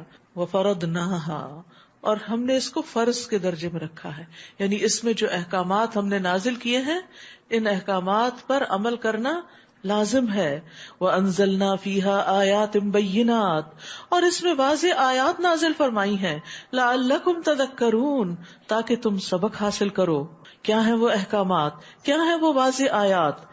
زانی عورت ہو یا مرد، ان میں سے ہر ایک کو 100 درے لگاؤ. اور اگر تم اللہ اور آخرت کے دن پر ایمان رکھتے ہو تو اللہ کے دین کے معاملے میں تمہیں ان دونوں میں سے کسی پر بھی ترس نہیں آنا چاہیے، اور مسلمانوں میں سے ایک گروہ ان کی سزا کے وقت موجود ہونا چاہیے. چونکہ ہمارا دین نسب کی بھی حفاظت کرتا ہے اور حیا کا ہمیں حکم دیتا ہے، اس لیے اس نے زنا کو حرام قرار دیا ہے، کیونکہ اس سے انسانوں کے حسب نسب خلط ملط ہو جاتے ہیں. نبی صلی اللہ علیہ وسلم نے فرمایا زانی جس وقت زنا کرتا ہے تو وہ مومن نہیں ہوتا. یہ ایسا کبیرہ گناہ ہے جس کی وجہ سے انسان کا ایمان رخصت ہو جاتا ہے، اور اگر اللہ نہ کرے کوئی اس حال میں مر جائے تو گویا ایمان سے خالی دنیا سے گیا. ابن عباس کہتے ہیں زنا کرتے ہوئے زانی سے ایمان کا نور اٹھا لیا جاتا ہے. زنا کا انجام بھی بہت برا ہے. رسول اللہ صلی اللہ علیہ وسلم نے فرمایا میرے پاس 2 آدمی آئے اور انہوں نے میرا بازو پکڑا اور مجھے ایک دشوار گزار پہاڑ کے پاس لے گئے، تو وہاں کچھ لوگ تھے جو بری طرح پھولے ہوئے تھے اور ان سے بیت الخلاء کی طرح غلیظ بو آ رہی تھی۔ میں نے پوچھا یہ کون ہے؟ انہوں نے کہا یہ زانی مرد اور زانی عورتیں ہیں، یعنی جو زنا کرے اور توبہ کیے بغیر مر جائے اس کا پھر آخرت میں یہ انجام ہے۔ اور پھر یہاں پر یہ فرمایا کہ تم جب ان کو سزا دو تو پھر دین کے معاملے میں تمہارے اندر کوئی رأفت نہیں آنی چاہیے، یعنی بعض اوقات نرمی اور محبت سے انسان سمجھتا ہے اور بعض اوقات اس کو ڈسپلن کرنا پڑتا ہے، اور یہ بھی اللہ کی رحمت ہوتی ہے، یعنی کچھ بری عادتیں جب تک اس پر کوئی پنشمنٹ نہ ہو اس وقت تک وہ جاتی نہیں ہے۔ تو حدود کی راہ میں نرمی کی مذمت کی گئی ہے، اور ایک حد کو نافذ کرنے کی جو اہمیت ہے، رسول اللہ صلی اللہ علیہ وسلم نے فرمایا زمین پر ایک حد جاری کرنا زمین والوں کے لیے 40 دنوں کی بارش سے بہتر ہے۔ زانی نہ نکاح کرے مگر زانیہ یا مشرکہ عورت کے ساتھ، یعنی جب پتہ چل جائے کہ کوئی لڑکا یا لڑکی زنا کے کام میں ملوث ہے اور وہ اس عادت بد کا شکار ہے اور وہ اس سے باز ہی نہیں آتا یا آتی، تو پھر اپنے بچے کا رشتہ وہاں نہیں کرنا چاہیے۔ اور زانیہ کے ساتھ وہی نکاح کرے جو خود زانی یا مشرک ہو، ہاں وہ آپس میں ایک دوسرے سے کر سکتے ہیں، اور اہل ایمان پر یہ کام حرام کر دیا گیا ہے، یعنی اچھی نیت سے بھی ان کے نکاح نہیں ہو سکتے، صرف سچی توبہ کے بعد ہی ممکن ہے۔ یعنی اگر کسی شخص سے ایسا کوئی غلط کام ہوتا رہا، مثلاً کوئی شخص نان مسلم تھا اور ان کے ہاں تو ایسے حلال حرام کی پرواہ نہیں ہوتی، اور وہ اپنی پچھلی زندگی میں ایسی کسی خرابی کا شکار رہا، پھر اس نے سچے دل سے توبہ کی، مسلمان ہو گیا، اور وہ کسی مسلمان لڑکی سے اب شادی کرنا چاہتا ہے، تو توبہ کے بعد شادی ہو سکتی ہے۔ اور جو لوگ پاک دامن عورتوں پر تہمت لگائیں پھر 4 گواہ پیش نہ کر سکیں، انہیں 80 کوڑے لگاؤ، یعنی کسی کے اوپر زنا کا الزام لگانا بھی بہت بڑا جرم ہے، اور آئندہ کبھی ان کی گواہی قبول نہ کرو، اور یہی لوگ بد کردار ہیں۔ یعنی جھوٹی گواہی دینا اور پھر خاص طور پر پاک دامن ایمان والی بھولی بھالی عورتوں پر زنا کی تہمت لگانا یہ کبیرہ گناہوں میں سے ہے۔ رسول اللہ صلی اللہ علیہ وسلم نے فرمایا جس شخص نے کسی مومن کے بارے میں کوئی ایسی بات کہی جو اس میں نہیں تھی اور اس بات سے اس کو بدنام کیا تو اللہ اسے جہنمیوں کی پیٹ میں ڈالے گا، وہ اس بات کا مستحق رہے گا یہاں تک کہ وہ اپنی بات سے باز آ جائے۔ نبی صلی اللہ علیہ وسلم نے فرمایا بے شک سب سے بڑا سود یہ ہے کہ انسان ناحق کسی مسلمان کی عزت سے کھیلے، اور تہمت لگانے والوں کو قیامت کے دن بھی کوڑے پڑیں گے، یعنی اگر وہ دنیا میں بچ بھی گئے اور توبہ نہیں کی اور اپنی بات سے باز نہیں آئے تو یہ بدلہ وہاں مل کر رہے گا۔ یاد رکھیے انسان کو کسی کے بارے میں بھی کوئی بات ایسی نہ سننی چاہیے اور نہ اس میں ہاں میں ہاں ملانی چاہیے اور نہ اس سے مزے لینے چاہیے اور نہ ہی ایسی باتوں کو آگے پھیلانا چاہیے۔ یہ کس قسم کا ٹیسٹ ہے؟ چاہے آپ کو پتا بھی ہو کہ کوئی شخص بہت خراب ہے، اگر آپ کے پاس 4 گواہ نہیں تو آپ زبان نہیں کھولیں گے، کیونکہ یہ بہت سنگین معاملہ ہے۔ کسی بھی لڑکی کی عزت جو ہے وہ اس کا سب سے قیمتی سرمایہ ہوتا ہے، اور اگر اس کی شہرت ہی خراب ہو جائے تو وہ اس کو روئن کر دینے کے باعث۔ اس کا یہ مطلب نہیں کہ مرد کے اوپر الزام لگا سکتے ہیں، نہیں، چونکہ عورت کا معاملہ زیادہ نازک ہے اس لیے یہاں عورت کا ذکر کیا گیا ہے، ورنہ مرد کے اوپر بھی الزام نہیں لگا سکتے۔ الا الذین تابوا من بعد ذلک واصلحوا فإن اللہ غفور الرحیم، البتہ جو لوگ اس کے بعد توبہ کر لیں اور اپنی اصلاح کر لیں تو یقیناً اللہ بڑا بخشنے والا اور رحم کرنے والا ہے۔ کیسی خوشخبری ہے کہ بڑے سے بڑے گناہ بھی معاف ہو جاتے ہیں۔ اگر کوئی ماضی میں غلطی کر چکا ہے تو اللہ تعالیٰ اس کو معاف کر دے گا اگر وہ سچے دل سے توبہ کر کے آئندہ ایسے کسی گناہ کی طرف راغب نہ ہو۔ تو یہ تو تھا دیگر لوگوں کا معاملہ، لیکن بعض اوقات ایک مرد اپنے ہی گھر میں اپنی بیوی کو خود اپنی آنکھوں سے کسی کے ساتھ برا کام کرتے ہوئے دیکھتا ہے لیکن اس کے پاس 4 گواہ نہیں، تو اب وہ کیا کرے؟ فرمایا اور جو لوگ اپنی بیویوں پر تہمت لگائیں اور ان کے اپنے سوا ان کے پاس کوئی گواہ بھی نہ ہو تو ان میں سے ایسے شخص کی شہادت یوں ہوگی کہ وہ 4 دفعہ اللہ کی قسم کھا کر گواہی دے کہ وہ سچا ہے، یعنی پھر وہ 4 مرد لانے کے بجائے 4 قسمیں کھائے، اور 5ویں دفعہ یوں کہے گا کہ اگر وہ جھوٹا ہو تو اس پر اللہ کی لعنت ہو، اور اس عورت جس پر الزام لگایا گیا ہے اس سے سزا یوں ٹل سکتی ہے کہ وہ 4 دفعہ اللہ کی قسم کھا کے گواہی دے کہ وہ خامند جھوٹا ہے، اور 5ویں دفعہ یوں کہے کہ اگر مرد یعنی اس کا خامند سچا ہو تو مجھ پر اللہ کا غضب نازل ہو، اور اگر تم پر اے مسلمانوں اللہ کا فضل اور اس کی رحمت نہ ہوتی تو یہ معاملہ تم پہ بڑا پیچیدہ ہو جاتا۔ اور اللہ تعالیٰ بڑا التفات فرمانے والا اور حکیم ہے کہ جس نے معافی کا یہ قاعدہ مقرر کر دیا۔ اب آیت 11 سے آنورڈز واقع افک سے متعلق آیات ہیں۔ نبی صلی اللہ علیہ وسلم ایک غزوے پر تشریف لے گئے جس میں حضرت عائشہ آپ کے ساتھ تھی. حضرت عائشہ نے اپنی بہن سے ایک ہار مستعار لے کر زیب و زینت کے لیے پہنا ہوا تھا، تو اس سے پتہ چلتا ہے کہ سفر میں بھی خواتین اپنا زیور ساتھ لے جا سکتے. بہرحال وہاں پر جب واپس آ رہے تھے تو ایک جگہ سارے لشکر نے پڑاؤ ڈالا اور حضرت عائشہ جو تھی وہ رفع حاجت کے لیے اپنے ہودج سے باہر نکل کے کہیں ذرا دور گئیں. تو واپسی پہ انہوں نے دیکھا ان کا ہار گم گیا ہے. تو وہ اس کو ڈھونڈتے ڈھونڈتے جب واپس پہنچی تو اتنے میں لشکر کوچ کر چکا تھا. اب وہ جس جگہ تھی وہیں بیٹھی رہی. تو حضرت صفوان بن معطل جو تھے ان کی ڈیوٹی تھی کہ قافلے کے پیچھے چھٹی ہوئی چیزیں جو ہیں وہ لیتے ہوئے مدینہ پہنچے. تو انہوں نے دیکھا کہ یہاں عائشہ بیٹھی ہیں کیونکہ پردے کے احکام نازل ہونے سے پہلے وہ ان کو دیکھ چکے تھے. تو انہوں نے انا للہ و انا الیہ راجعون پڑھا، اپنا اونٹ پاس کھڑا کیا اور اس پر ان کو سوار کیا اور اس کے بعد راستہ بھر ان سے کوئی بات نہیں کی. لیکن جب یہ مدینہ ان کو لے کے داخل ہو رہے تھے تو منافقین کے سردار عبداللہ بن ابی نے حضرت عائشہ پر زنا کا الزام لگا دیا کہ یہ جان بوجھ کے پیچھے رہی ہیں، اس شخص کے ساتھ نعوذ باللہ کوئی غلط تعلقات تھے اور یہ زنا کر کے واپس لوٹی ہیں، صحیح سلامت نہیں آئی. یہ کوئی چھوٹی بات نہیں تھی، بہت بڑی بات تھی. بہرحال یہ بات اس نے اپنے سرکل میں کہی، وہاں سے آگے پھیلتی چلی گئی اور ہر شخص پریشان تھا. 1 مہینے تک وہی نازل نہیں ہوئی اور مدینہ کی جو فضا تھی وہ بہت ٹینس ہو گئی. اس کے بعد اللہ سبحانہ تعالیٰ نے حضرت عائشہ کی صفائی میں برات میں یہ آیات نازل کی. فرمایا ان الذین جاؤوا بالافک عصبۃ منکم، جن لوگوں نے تہمت کی باتیں کی ہیں وہ تمہیں میں سے ایک ٹولہ ہے، یعنی منافقین کا ٹولہ جن کے پھیر میں کچھ چند مخلص مسلمان بھی آ گئے تھے. لا تحسبوه شرا لکم بل هو خیر لکم، اسے اپنے لیے برا نہ سمجھو بلکہ وہ تمہارے لیے اچھا ہے. سبحان اللہ، اتنی تکلیف سے نبی صلی اللہ علیہ وسلم گزرے، حضرت عائشہ، ان کے والدین، مخلص مسلمان، سارے کے سارے مدینہ والے، یعنی ایک انتہائی پریشانی اور غم کے عالم سے گزر رہے تھے اور کسی کے پاس کوئی جواب نہیں تھا. حضرت عائشہ پر ایک پہاڑ ٹوٹ پڑا تھا غم کا. اللہ سبحانہ وتعالیٰ اتنے شدید غم اور تکلیف کے واقعے کو بھی کہتے ہیں اس میں بھی خیر ہے. سبحان اللہ. تو پھر اس سے چھوٹی چھوٹی تکلیفوں پر تو انسان کا اگر پازیٹیو ایٹیٹیوڈ ہو اور کہ اس میں بھی خیر ہے، اس سے بھی کچھ فائدہ ہی ہو جائے گا، اس سے میرے گناہ جھڑ جائیں گے، اس سے میرے اندر کچھ میچورٹی آ جائے گی، یہ چیز میرے ایکسپیرینس اور لرننگ میں اضافہ کر رہی ہے. کیونکہ ہر واقعہ اور ہر وہ چیز ایکسپیرینس جس سے انسان گزرتا ہے وہ اس کے اندر ایک میچورٹی کا نیکسٹ لیول لے کر آتا ہے. تو اس واقعے کو کہا اس میں بھی خیر ہے کیونکہ اس میں حضرت عائشہ کے بارے میں پھر برات نازل ہوئی، آیات باقاعدہ نازل ہوئی جو قیامت تک پڑھی جائیں گی اور اللہ تعالیٰ نے ان کو عزت بخشی اور بہتان لگنے کی وجہ سے ان کا ثواب بہت زیادہ ہو گیا. اور اس میں عام مومنوں کے لیے بھی نصیحت تھی کہ ایسے واقعات میں کیا کرتے ہیں. اور پھر یہ ہے کہ بہتان لگانے والوں پر حد بھی جاری ہوئی، تو یہ کہ اسلام کا قانون بھی سامنے آ گیا. فرمایا اسے تم اپنے لیے برا نہ سمجھو، وہ تمہارے لیے بہتر ہے. جس نے اس میں جتنا حصہ لیا اتنا ہی گناہ کمایا. ایک دفعہ یہ ذکر کیا تو اتنا، 2 دفعہ یا 10 دفعہ، جتنا جتنا جس نے اس کو پروپیگیٹ کیا اتنا ہی گناہ کمایا. اور ان میں سے جو شخص اس تہمت کے بڑے حصے کا ذمہ دار بنا، یعنی عبداللہ بن ابی، اس کے لیے عذاب عظیم ہے. استغفر اللہ. سوچتے ہوں منافقین یہ آیات سن کے بھی نہیں پگھلتے تھے. سچ ہی قرآن کہتا ہے کہ لا یشعرون لا یفقہون، ان کو شعور ہی نہیں، سمجھ ہی نہیں. اگر انسان کے اندر سمجھ ہو تو اس کو اشارہ بھی کافی ہوتا ہے. وہ دوسرے کی پٹائی ہو رہی ہے تو اپنے بارے میں ڈرتا ہے کہ کہیں مجھ سے ایسی غلطی نہ ہو کہ میری اس طرح کی پکڑ ہو.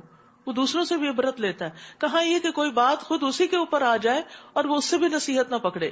فرمایا جب تم نے یہ قصہ سنا تھا تو مومن مردوں اور مومن عورتوں نے اپنے دل میں اچھی بات کیوں نہ سوچی اور یوں کیوں نہ کہہ دیا کہ یہ صریح بہتان ہے.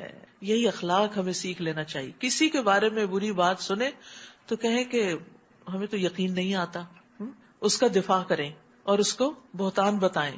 پھر یہ تہمت لگانے والے اس پر 4 گواہ کیوں نہ لا سکے. پھر جب یہ گواہ نہیں لا سکے تو اللہ کے ہاں یہی جھوٹے ہیں. اور اگر تم پر دنیا اور آخرت میں اللہ کا فضل اور اس کی رحمت نہ ہوتی تو جن باتوں میں تم پڑ گئے تھے ان کی پاداش میں تمہیں بہت بڑا عذاب آ لیتا. جس وقت تمہاری ایک زبان سے دوسری زبان اس بات کو لیتی چلی جا رہی تھی اور تم اپنے منہ سے وہ کچھ کہہ رہے تھے جس کے متعلق تمہیں کچھ علم نہ تھا.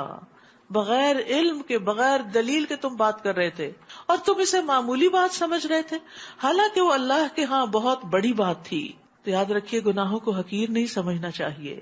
ابن سیرین کہتے ہیں اللہ کی قسم جو گناہ مجھ سے ہو گئے میں ان پہ نہیں روتا بلکہ میں ان گناہوں پہ روتا ہوں جنہیں میں نے حقیر جانا جبکہ وہ اللہ کے ہاں انتہائی سنگین ہے. بعض اوقات انسان کوئی غلط کام کرتا ہے، کہتے کوئی بات نہیں، معمولی سی بات ہے، اللہ معاف کرنے والا ہے، خیر ہے، کوئی بات نہیں، اور یہ کہتے کہتے گناہ پہ گناہ کرتا چلا جاتا ہے. ایسے گناہوں پر تو انسان توبہ بھی نہیں کرتا. جن گناہوں کو ہم گناہ سمجھتے ہیں ان پر تو توبہ بھی کر لیتے ہیں، اور جن گناہوں کو گناہ ہی نہیں سمجھتے ان پر تو ہم ہنسی مذاق کر لیتے ہیں. تو وہی بعض اوقات چھوٹے چھوٹے بھی اکٹھے ہو کر آگ بھڑکانے کے لیے کافی ہو جاتے ہیں. جب تم نے یہ قصہ سنا تھا تو تم نے یہ کیوں نہ کہہ دیا کہ ہمیں یہ مناسب نہیں کہ ایسی بات کریں. ما یکون لنا ان نتکلم بہذا سبحانک ھذا بہتان عظیم. سبحان اللہ، یہ تو بہت بڑا بہتان ہے. نبی کی بیوی کے بارے میں تم نے اچھی گواہی کیوں نہ دی؟ اللہ تمہیں نصیحت کرتا ہے کہ اگر تم مومن ہو تو آئندہ ایسی حرکت کبھی نہ کرنا. اللہ تمہیں واضح ہدایات دیتا ہے اور وہ سب کچھ جاننے والا، حکمت والا ہے. جو لوگ یہ چاہتے ہیں کہ ایمان لانے والوں میں بے حیائی کی اشاعت ہو، ان کے لیے دنیا میں بھی دردناک عذاب ہے اور آخرت میں بھی، اور اس کے نتائج کو اللہ ہی بہتر جانتا ہے، تم نہیں جانتے. یاد رکھیے اللہ سبحانہ وتعالی فحش کلامی سے، بے حیائی سے، جسموں کو ننگا کرنے سے اور ان کی تشہیر کرنے سے، ان سب چیزوں سے نفرت کرتا ہے. رسول اللہ صلی اللہ علیہ وسلم نے فرمایا اللہ بے حیائی پسند نہیں کرتا. بے حیا سے اور بے حیائی کی تلاش کرنے والے سے بغض رکھتا ہے، اور قیامت اس وقت تک قائم نہیں ہوگی جب تک ہر طرف فحش اور بتکلف فحش گوئی عام نہ ہو جائے. استغفر اللہ. اور اسی طرح باتوں میں بھی فحش باتیں یا فحش موضوعات پر باتیں، یہ بھی اللہ تعالیٰ کو پسند نہیں. رسول اللہ صلی اللہ علیہ وسلم نے فرمایا بے شک بے حیائی اور بتکلف فحش گوئی کا اسلام سے کوئی تعلق نہیں، اور اسلام کے اعتبار سے لوگوں میں سب سے اچھا شخص وہ ہے جس کا اخلاق سب سے عمدہ ہو. بعض لوگ بڑی ننگی گالیاں دیتے ہیں، وہ بھی اسی میں شامل ہو جاتا ہے. تو انسان کو اپنی زبان پہ کنٹرول رکھنا چاہیے، غصے میں کبھی بھی بےہودہ بات نہیں کرنی چاہیے. اور اگر تم پر اللہ کا فضل اور اس کی رحمت شامل حال نہ ہوتی تو اس کے برے نتائج تمہارے سامنے آ جاتے.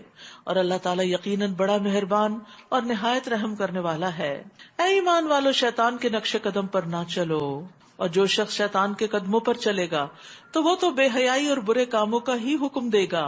اور اگر تم پر اللہ کا فضل اور اس کی رحمت شامل حال نہ ہوتی، اب یہ بات بار بار کہی جا رہی کہ ان نازک معاملات میں اللہ ہی نے تمہیں سنبھالا ہے، تو تم میں سے کبھی کوئی پاک صاف نہ رہ سکتا تھا مگر اللہ جسے چاہے پاک سیرت بنا دیتا ہے. تو پاک دامنی اللہ سے مانگنی چاہیے، اور اللہ سب کچھ سننے والا اور جاننے والا ہے. اب جب یہ واقعہ ہو گیا تو الزام لگانے والوں میں ایک مصطح بن اساسہ بھی تھے جو حضرت ابو بکر کے قریبی رشتہ دار تھے، مسکین مہاجر شخص تھے جن کے پاس اپنا کوئی آمدنی کا ذریعہ نہیں تھا. تو حضرت ابو بکر نے ان کا وظیفہ لگایا ہوا تھا، ان کی مدد کرتے تھے. جب آپ کو پتا چلا کہ انہوں نے ہی آپ کی بیٹی پر الزام لگانے میں حصہ لیا ہے تو انہوں نے قسم کھا لی کہ میں آئندہ اس کی مدد نہیں کروں گا. لیکن پھر کیا ہوا، اللہ سبحانہ وتعالیٰ نے آیت نازل کر دی، اور تم میں سے آسودہ حال لوگوں کو یہ قسم نہیں کھانی چاہیے کہ وہ قرابت داروں، مسکینوں اور اللہ کی راہ میں ہجرت کرنے والوں کو کچھ صدقہ وغیرہ نہ دیں گے. انہیں چاہیے کہ ان کو معاف کر دیں. سبحان اللہ، اتنا بڑا قصور کہ جو دل کو پارا پارا کر دے اس کو بھی معاف کر دو. اور خاص طور پر اس کی پچھلی زندگی کی نیکی کو دیکھ لو کہ اس نے کبھی تم پر کوئی احسان کیا تھا. یہاں پر خاص طور پر حضرت مصطح کے مہاجر فی سبیل اللہ ہونے کا ذکر کیا گیا کہ اگرچہ انسان تھے، غلطی ہو گئی، لیکن ان کی قربانیاں بھی ہیں. انہیں چاہیے کہ وہ ان کو معاف کر دیں اور ان سے درگزر کریں. کیا تم یہ پسند نہیں کرتے کہ اللہ تمہیں معاف کر دے؟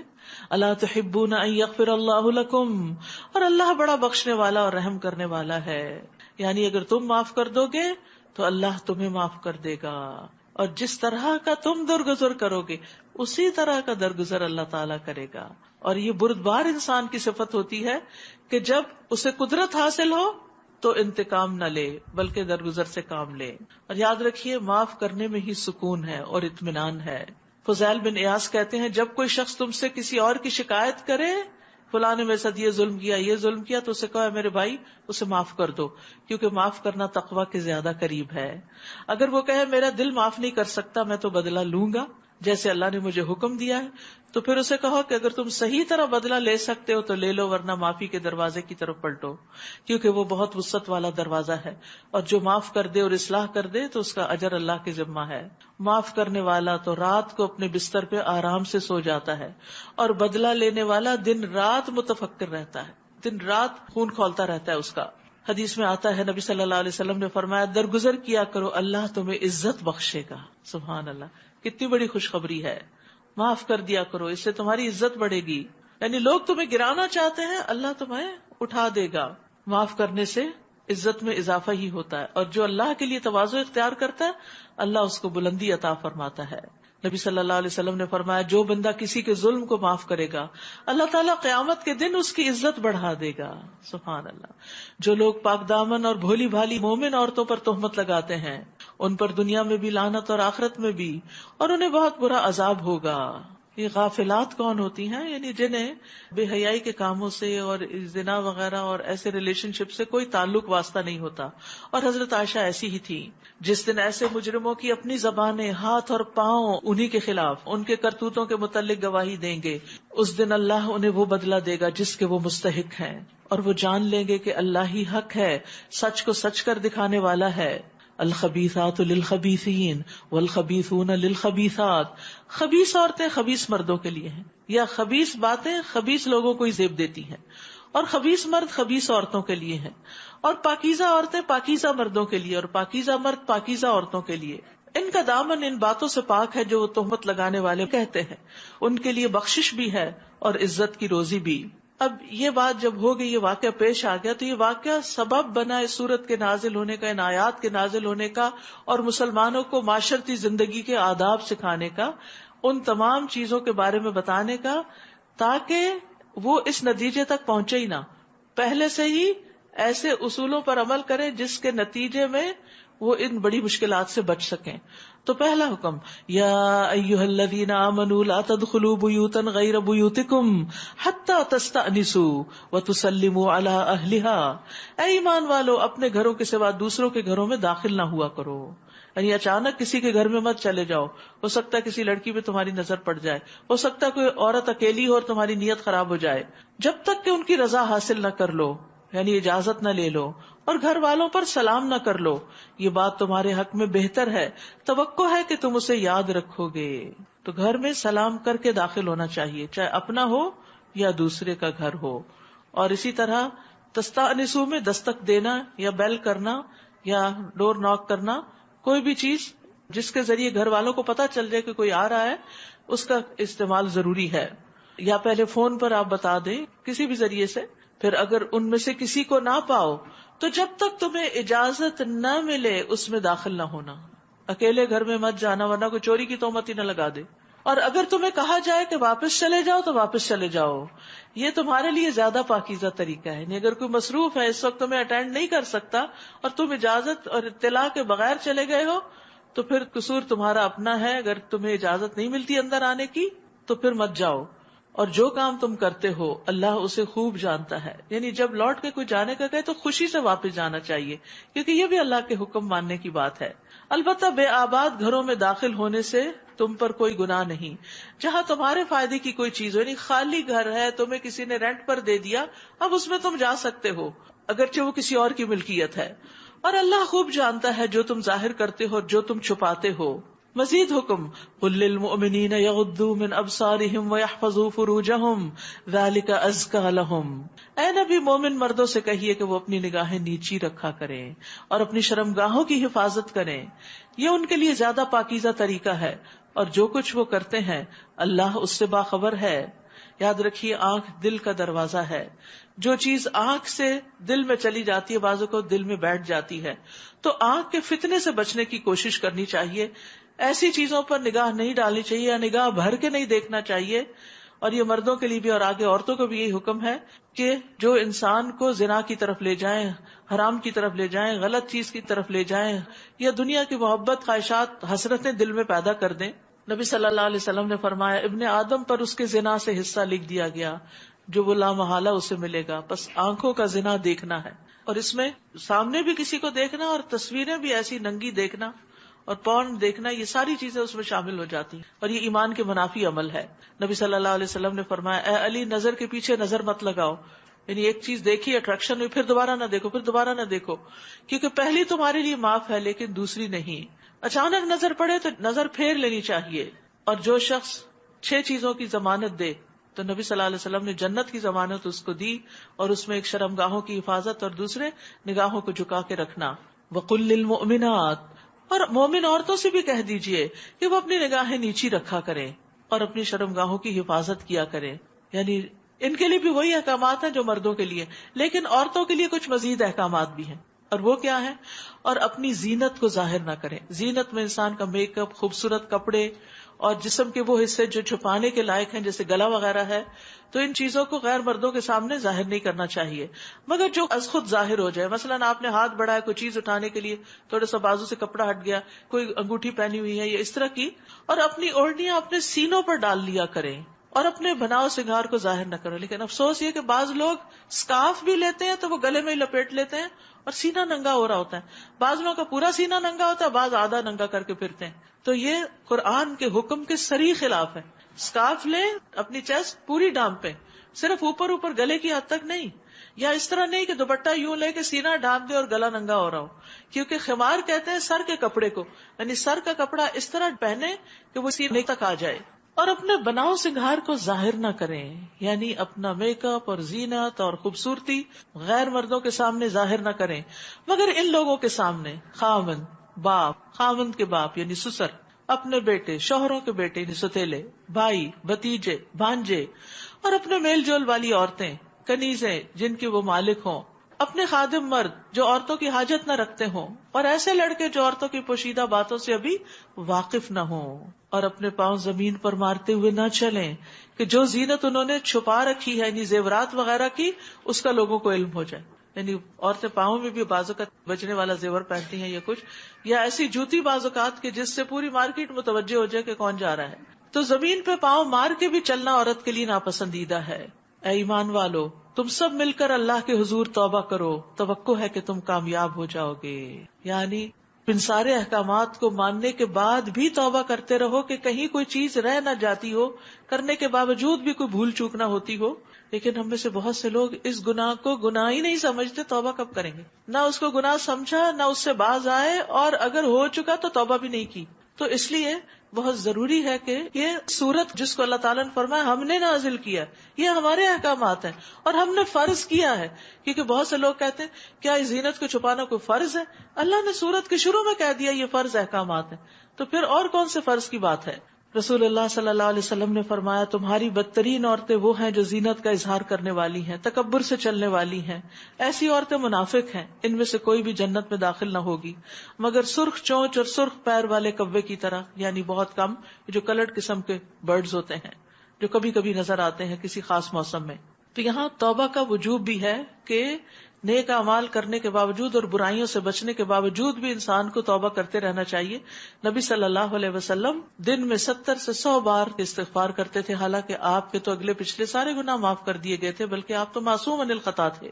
مزید احکامات.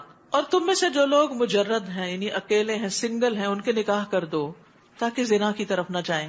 اور اپنے لونڈی غلاموں کے بھی جو نکاح کے قابل ہوں، اگر وہ محتاج ہیں تو اللہ انہیں اپنی مہربانی سے غنی کر دے گا، اور اللہ بڑی وسعت والا اور جاننے والا ہے.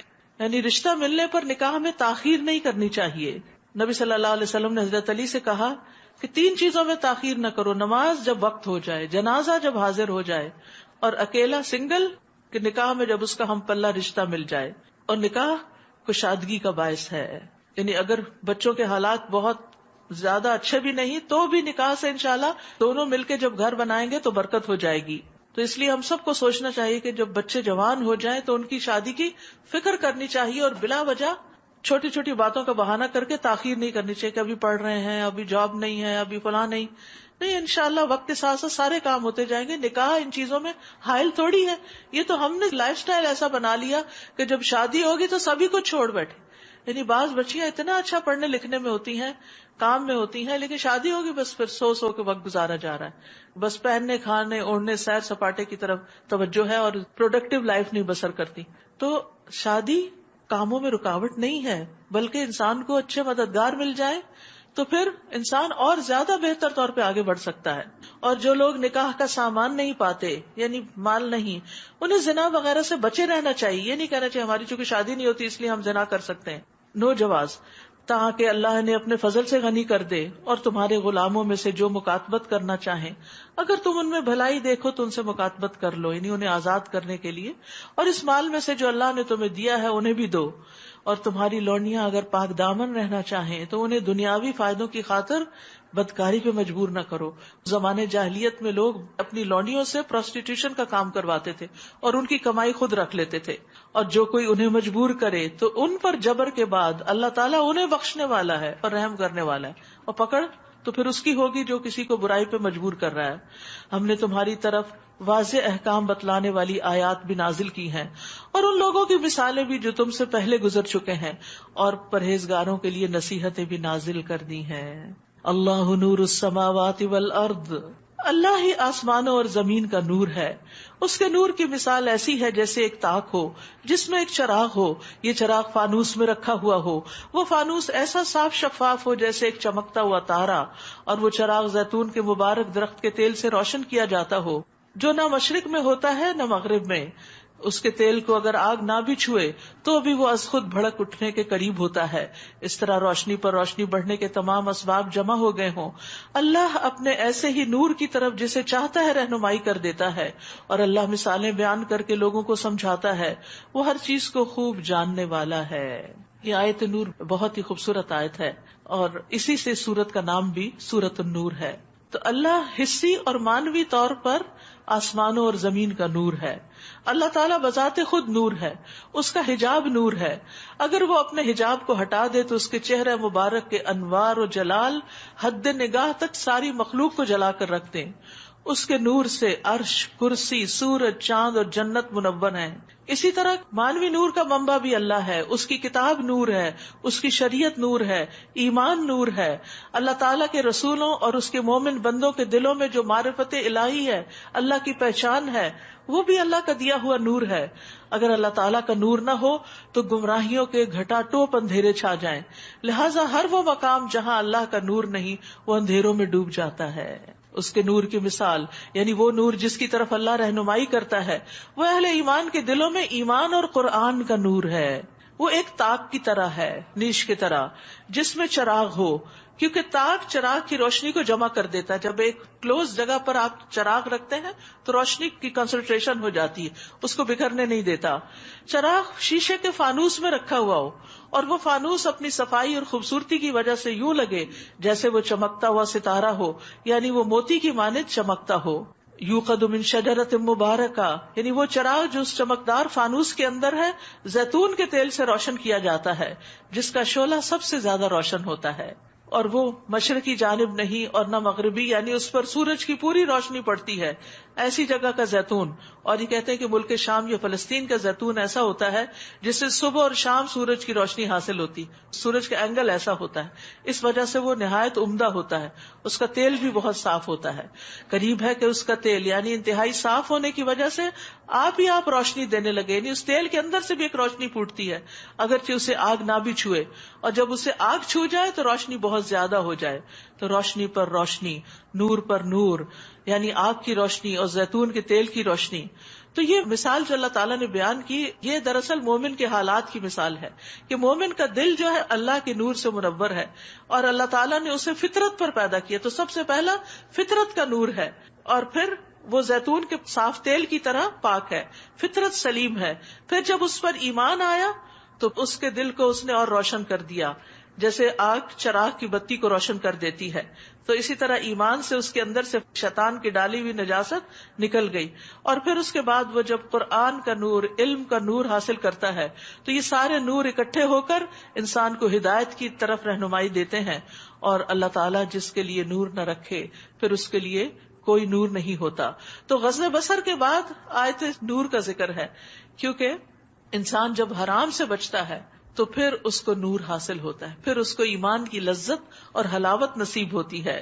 نور علی نور، تو کتنے نور جمع ہو گئے مومن کے دل کے اندر، جس سے پھر صرف مومن خود ہی فائدہ نہیں اٹھاتا بلکہ اپنے ماحول کو بھی روشن کرتا ہے۔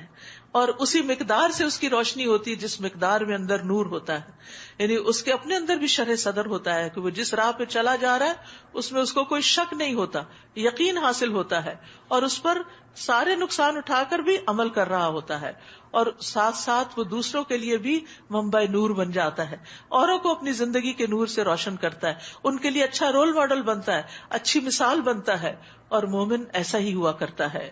یہ ان گھروں میں ہوتے ہیں, یعنی ایسے مومن ان گھروں میں ہوتے ہیں جن کے متعلق اللہ نے حکم دیا کہ ان میں اللہ کا نام بلند کیا جائے, یعنی مساجد, اور اس کا ذکر کیا جائے. ان مساجد میں صبح و شام ایسے لوگ اللہ کی تسبیح کرتے رہتے ہیں. یعنی مومن وہ ہے جس کا دل مسجد کے ساتھ لگا ہوا ہے, جہاں نیکی اور خیر اور اللہ کا ذکر ہوتا ہے, ان مجالس سے اس کی محبت بے مثال ہوتی ہے. رسول اللہ صلی اللہ علیہ وسلم نے یہ بھی فرمایا کہ اپنی نمازوں کا کچھ حصہ اپنے گھروں میں بھی ادا کیا کرو, اور ان کو قبرستان کی طرح نہ بناؤ. اور وہ گھر جس میں قرآن کی تلاوت کی جاتی ہے تو وہ اہل آسمان کو ایسے نظر آتا ہے جیسے زمین والوں کو ستارے. تو مردوں کے لیے تو مساجد ہیں, اور عورتوں کے لیے ان کے گھر ہیں جن کو انہیں قرآن کی تلاوت سے, دین کی مجالس سے روشن کرنا چاہیے. اس لیے ہم میں سے ہر ایک کے دل کے اندر یہ خواہش ہونی چاہیے کہ میں اپنے گھر میں بھی کوئی حلقہ کروں. یعنی جیسے اب رمضان ختم ہوگا, یہاں پر پروگرام ختم ہو جائے گا, تو پھر آپ کے اندر ایک خلا سا ہوگا. اس خلا کو نہیں چھوڑیے, آپ فوراً کہیں نہ کہیں کمٹمنٹ کر لیجئے, کوئی تجوید کا کورس شروع کر لیں, کوئی تفسیر کا کر لیں.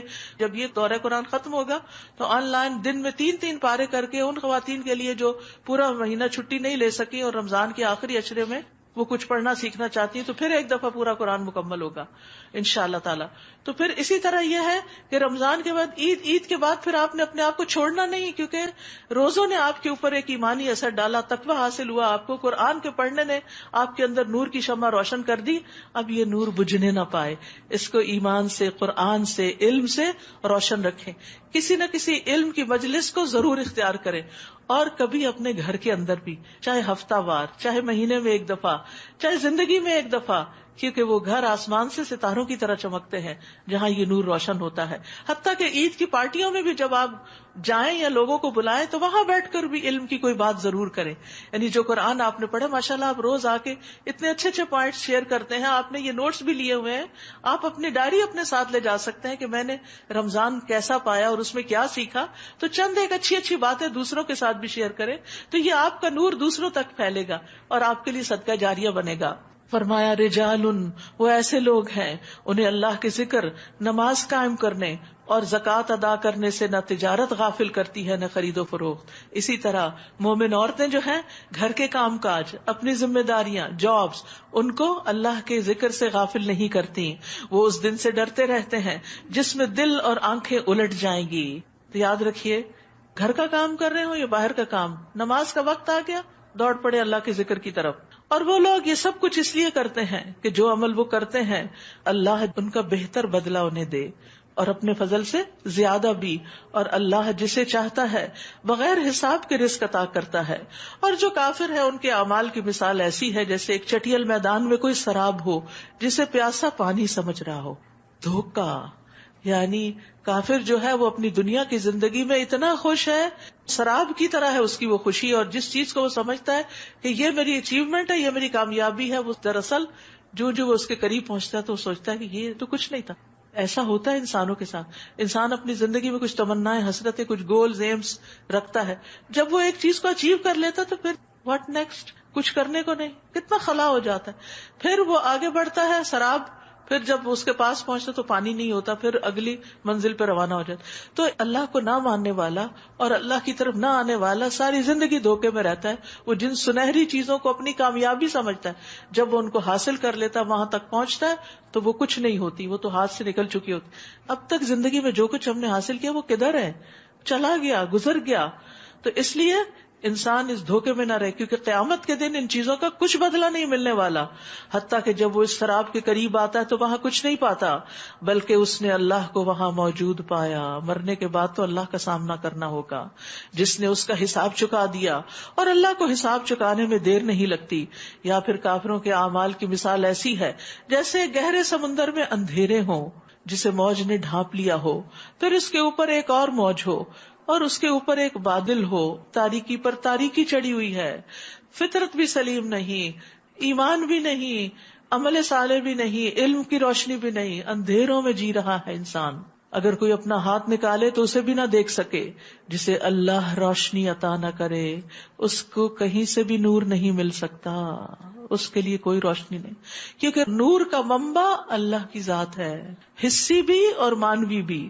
کیا تم دیکھتے نہیں کہ آسمانوں اور زمین میں جو کچھ ہے اور فضا میں پر پھیلائے ہوئے پرندے بھی، یہ سب اللہ کی تسبیح کر رہے ہیں، تو کیا آپ نہ کریں گے؟ ہر مخلوق کو اپنی نماز اور تسبیح کا طریقہ معلوم ہے. کیا ہمیں بھی معلوم ہے؟ اور جو کچھ وہ کرتے ہیں اللہ سب کچھ جانتا ہے. نیز آسمانوں اور زمین کی بادشاہی اللہ ہی کے لیے ہے اور اسی کی طرف سب کو لوٹ کے جانا ہے. کیا تم دیکھتے نہیں کہ اللہ بادل کو آہستہ آہستہ چلاتا ہے، پتہ بھی نہیں چلتا، اور بادل ایک جگہ سے دوسری جگہ جا پہنچے ہوتے ہیں. ان کی ٹریفک کا کوئی شور اور دھواں کچھ بھی نہیں ہوتا، حالانکہ وہ آپ کی گاڑیوں سے زیادہ بھاری بوجھ لے کے چل رہے ہوتے ہیں، آپ کے ٹرک سے زیادہ لوڈڈ ہوتے ہیں. پھر بادلوں کے اجزاء کو آپس میں ملا دیتا ہے، بہت سے بادل ایک جگہ اکٹھے ہو جاتے ہیں، پھر اسے تہ بتہ بنا دیتا ہے، بہت پیار سے ایک دوسرے کے اوپر جہاں جہاں جگہ ملتی ہے وہ جگہ کو بھر دیتے ہیں.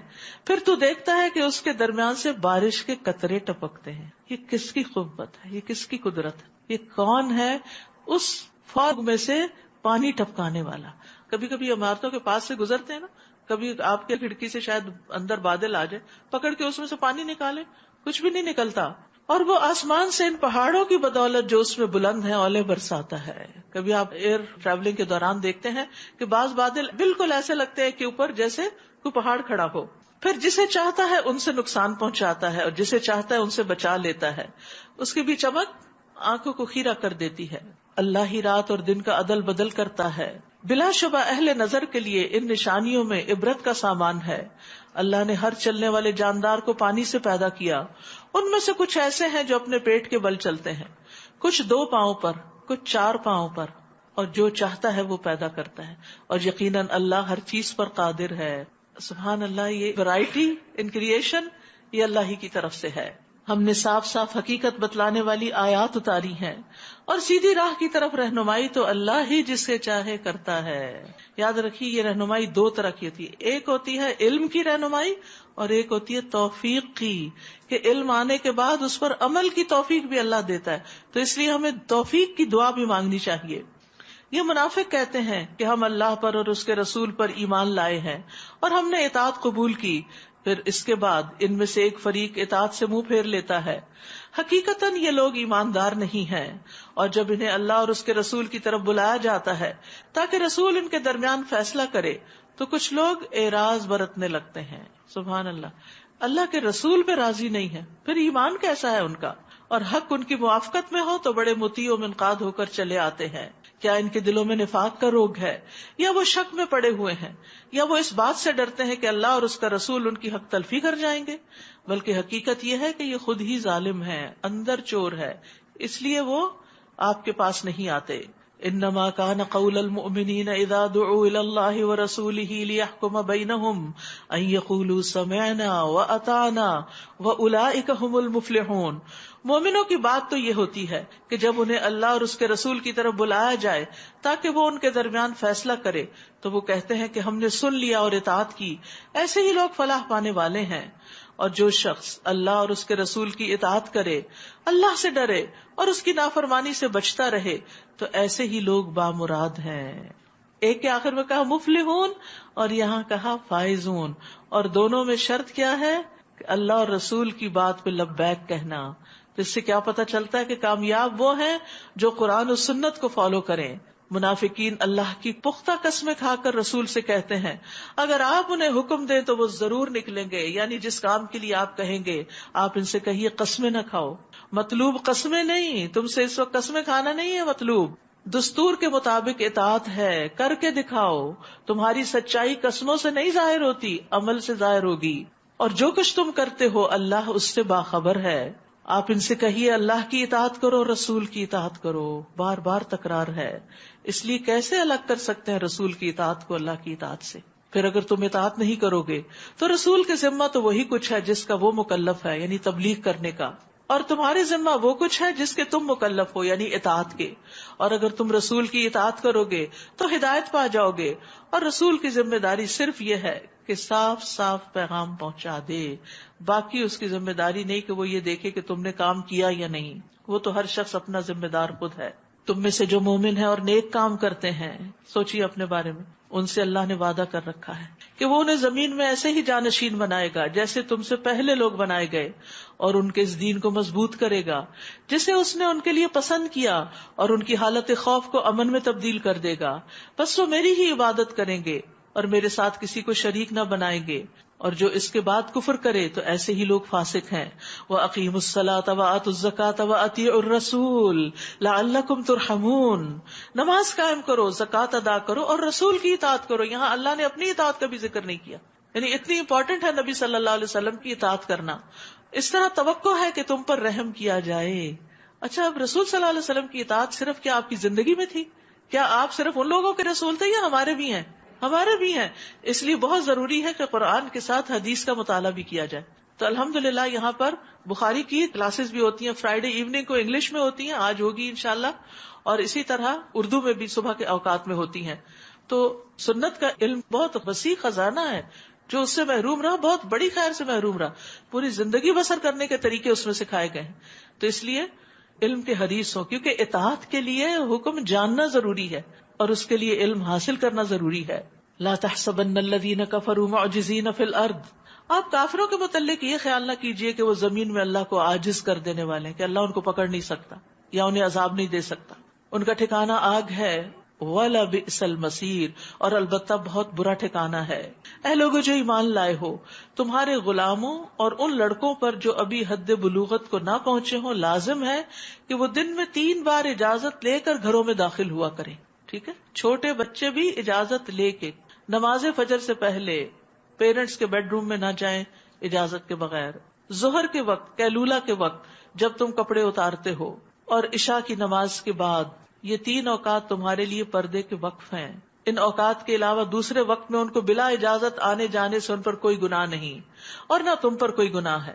تو آپ دیکھیے کہ کس قدر پرائیویسی کا لحاظ رکھا گیا کہ چھوٹے بچوں کو بھی ایکسپوز نہیں کرنا چاہیے ہسبینڈ وائف کی آپس کی انٹیمیسی اور ایک دوسرے کے تعلقات کے بارے میں. بعض مائیں تو بچوں کو واش روم میں لے کے گھس جاتی ہیں، ان کے سامنے ننگا نہ آتی. حیرت ہوتی ہے کہ یہ تو بالکل کامن سینس کی بات ہے. پوچھنے میں پتہ چلتی جی روتے ہیں. اس کا کوئی اور بندوبست کرے، نہ کہ ان کو ننگا دکھائیں پھر اپنا آپ، پھر آپ کپڑوں میں ہی نہ آئیں تاکہ وہ آپ کو ننگا تو نہ دیکھیں. کیونکہ بچپن سے ان کے سامنے حیا کے تقاضے پامال کر دیے جاتے ہیں، پھر بڑے ہو کر ان کے لیے یہ چیزیں بس ایسے ہی ہو جاتی ہیں، اور پھر وہ اللہ کے حکم سے نافرمانی کرنے لگتے ہیں. فرمایا تمہیں ایک دوسرے کے پاس بار بار آنا ہی پڑتا ہے.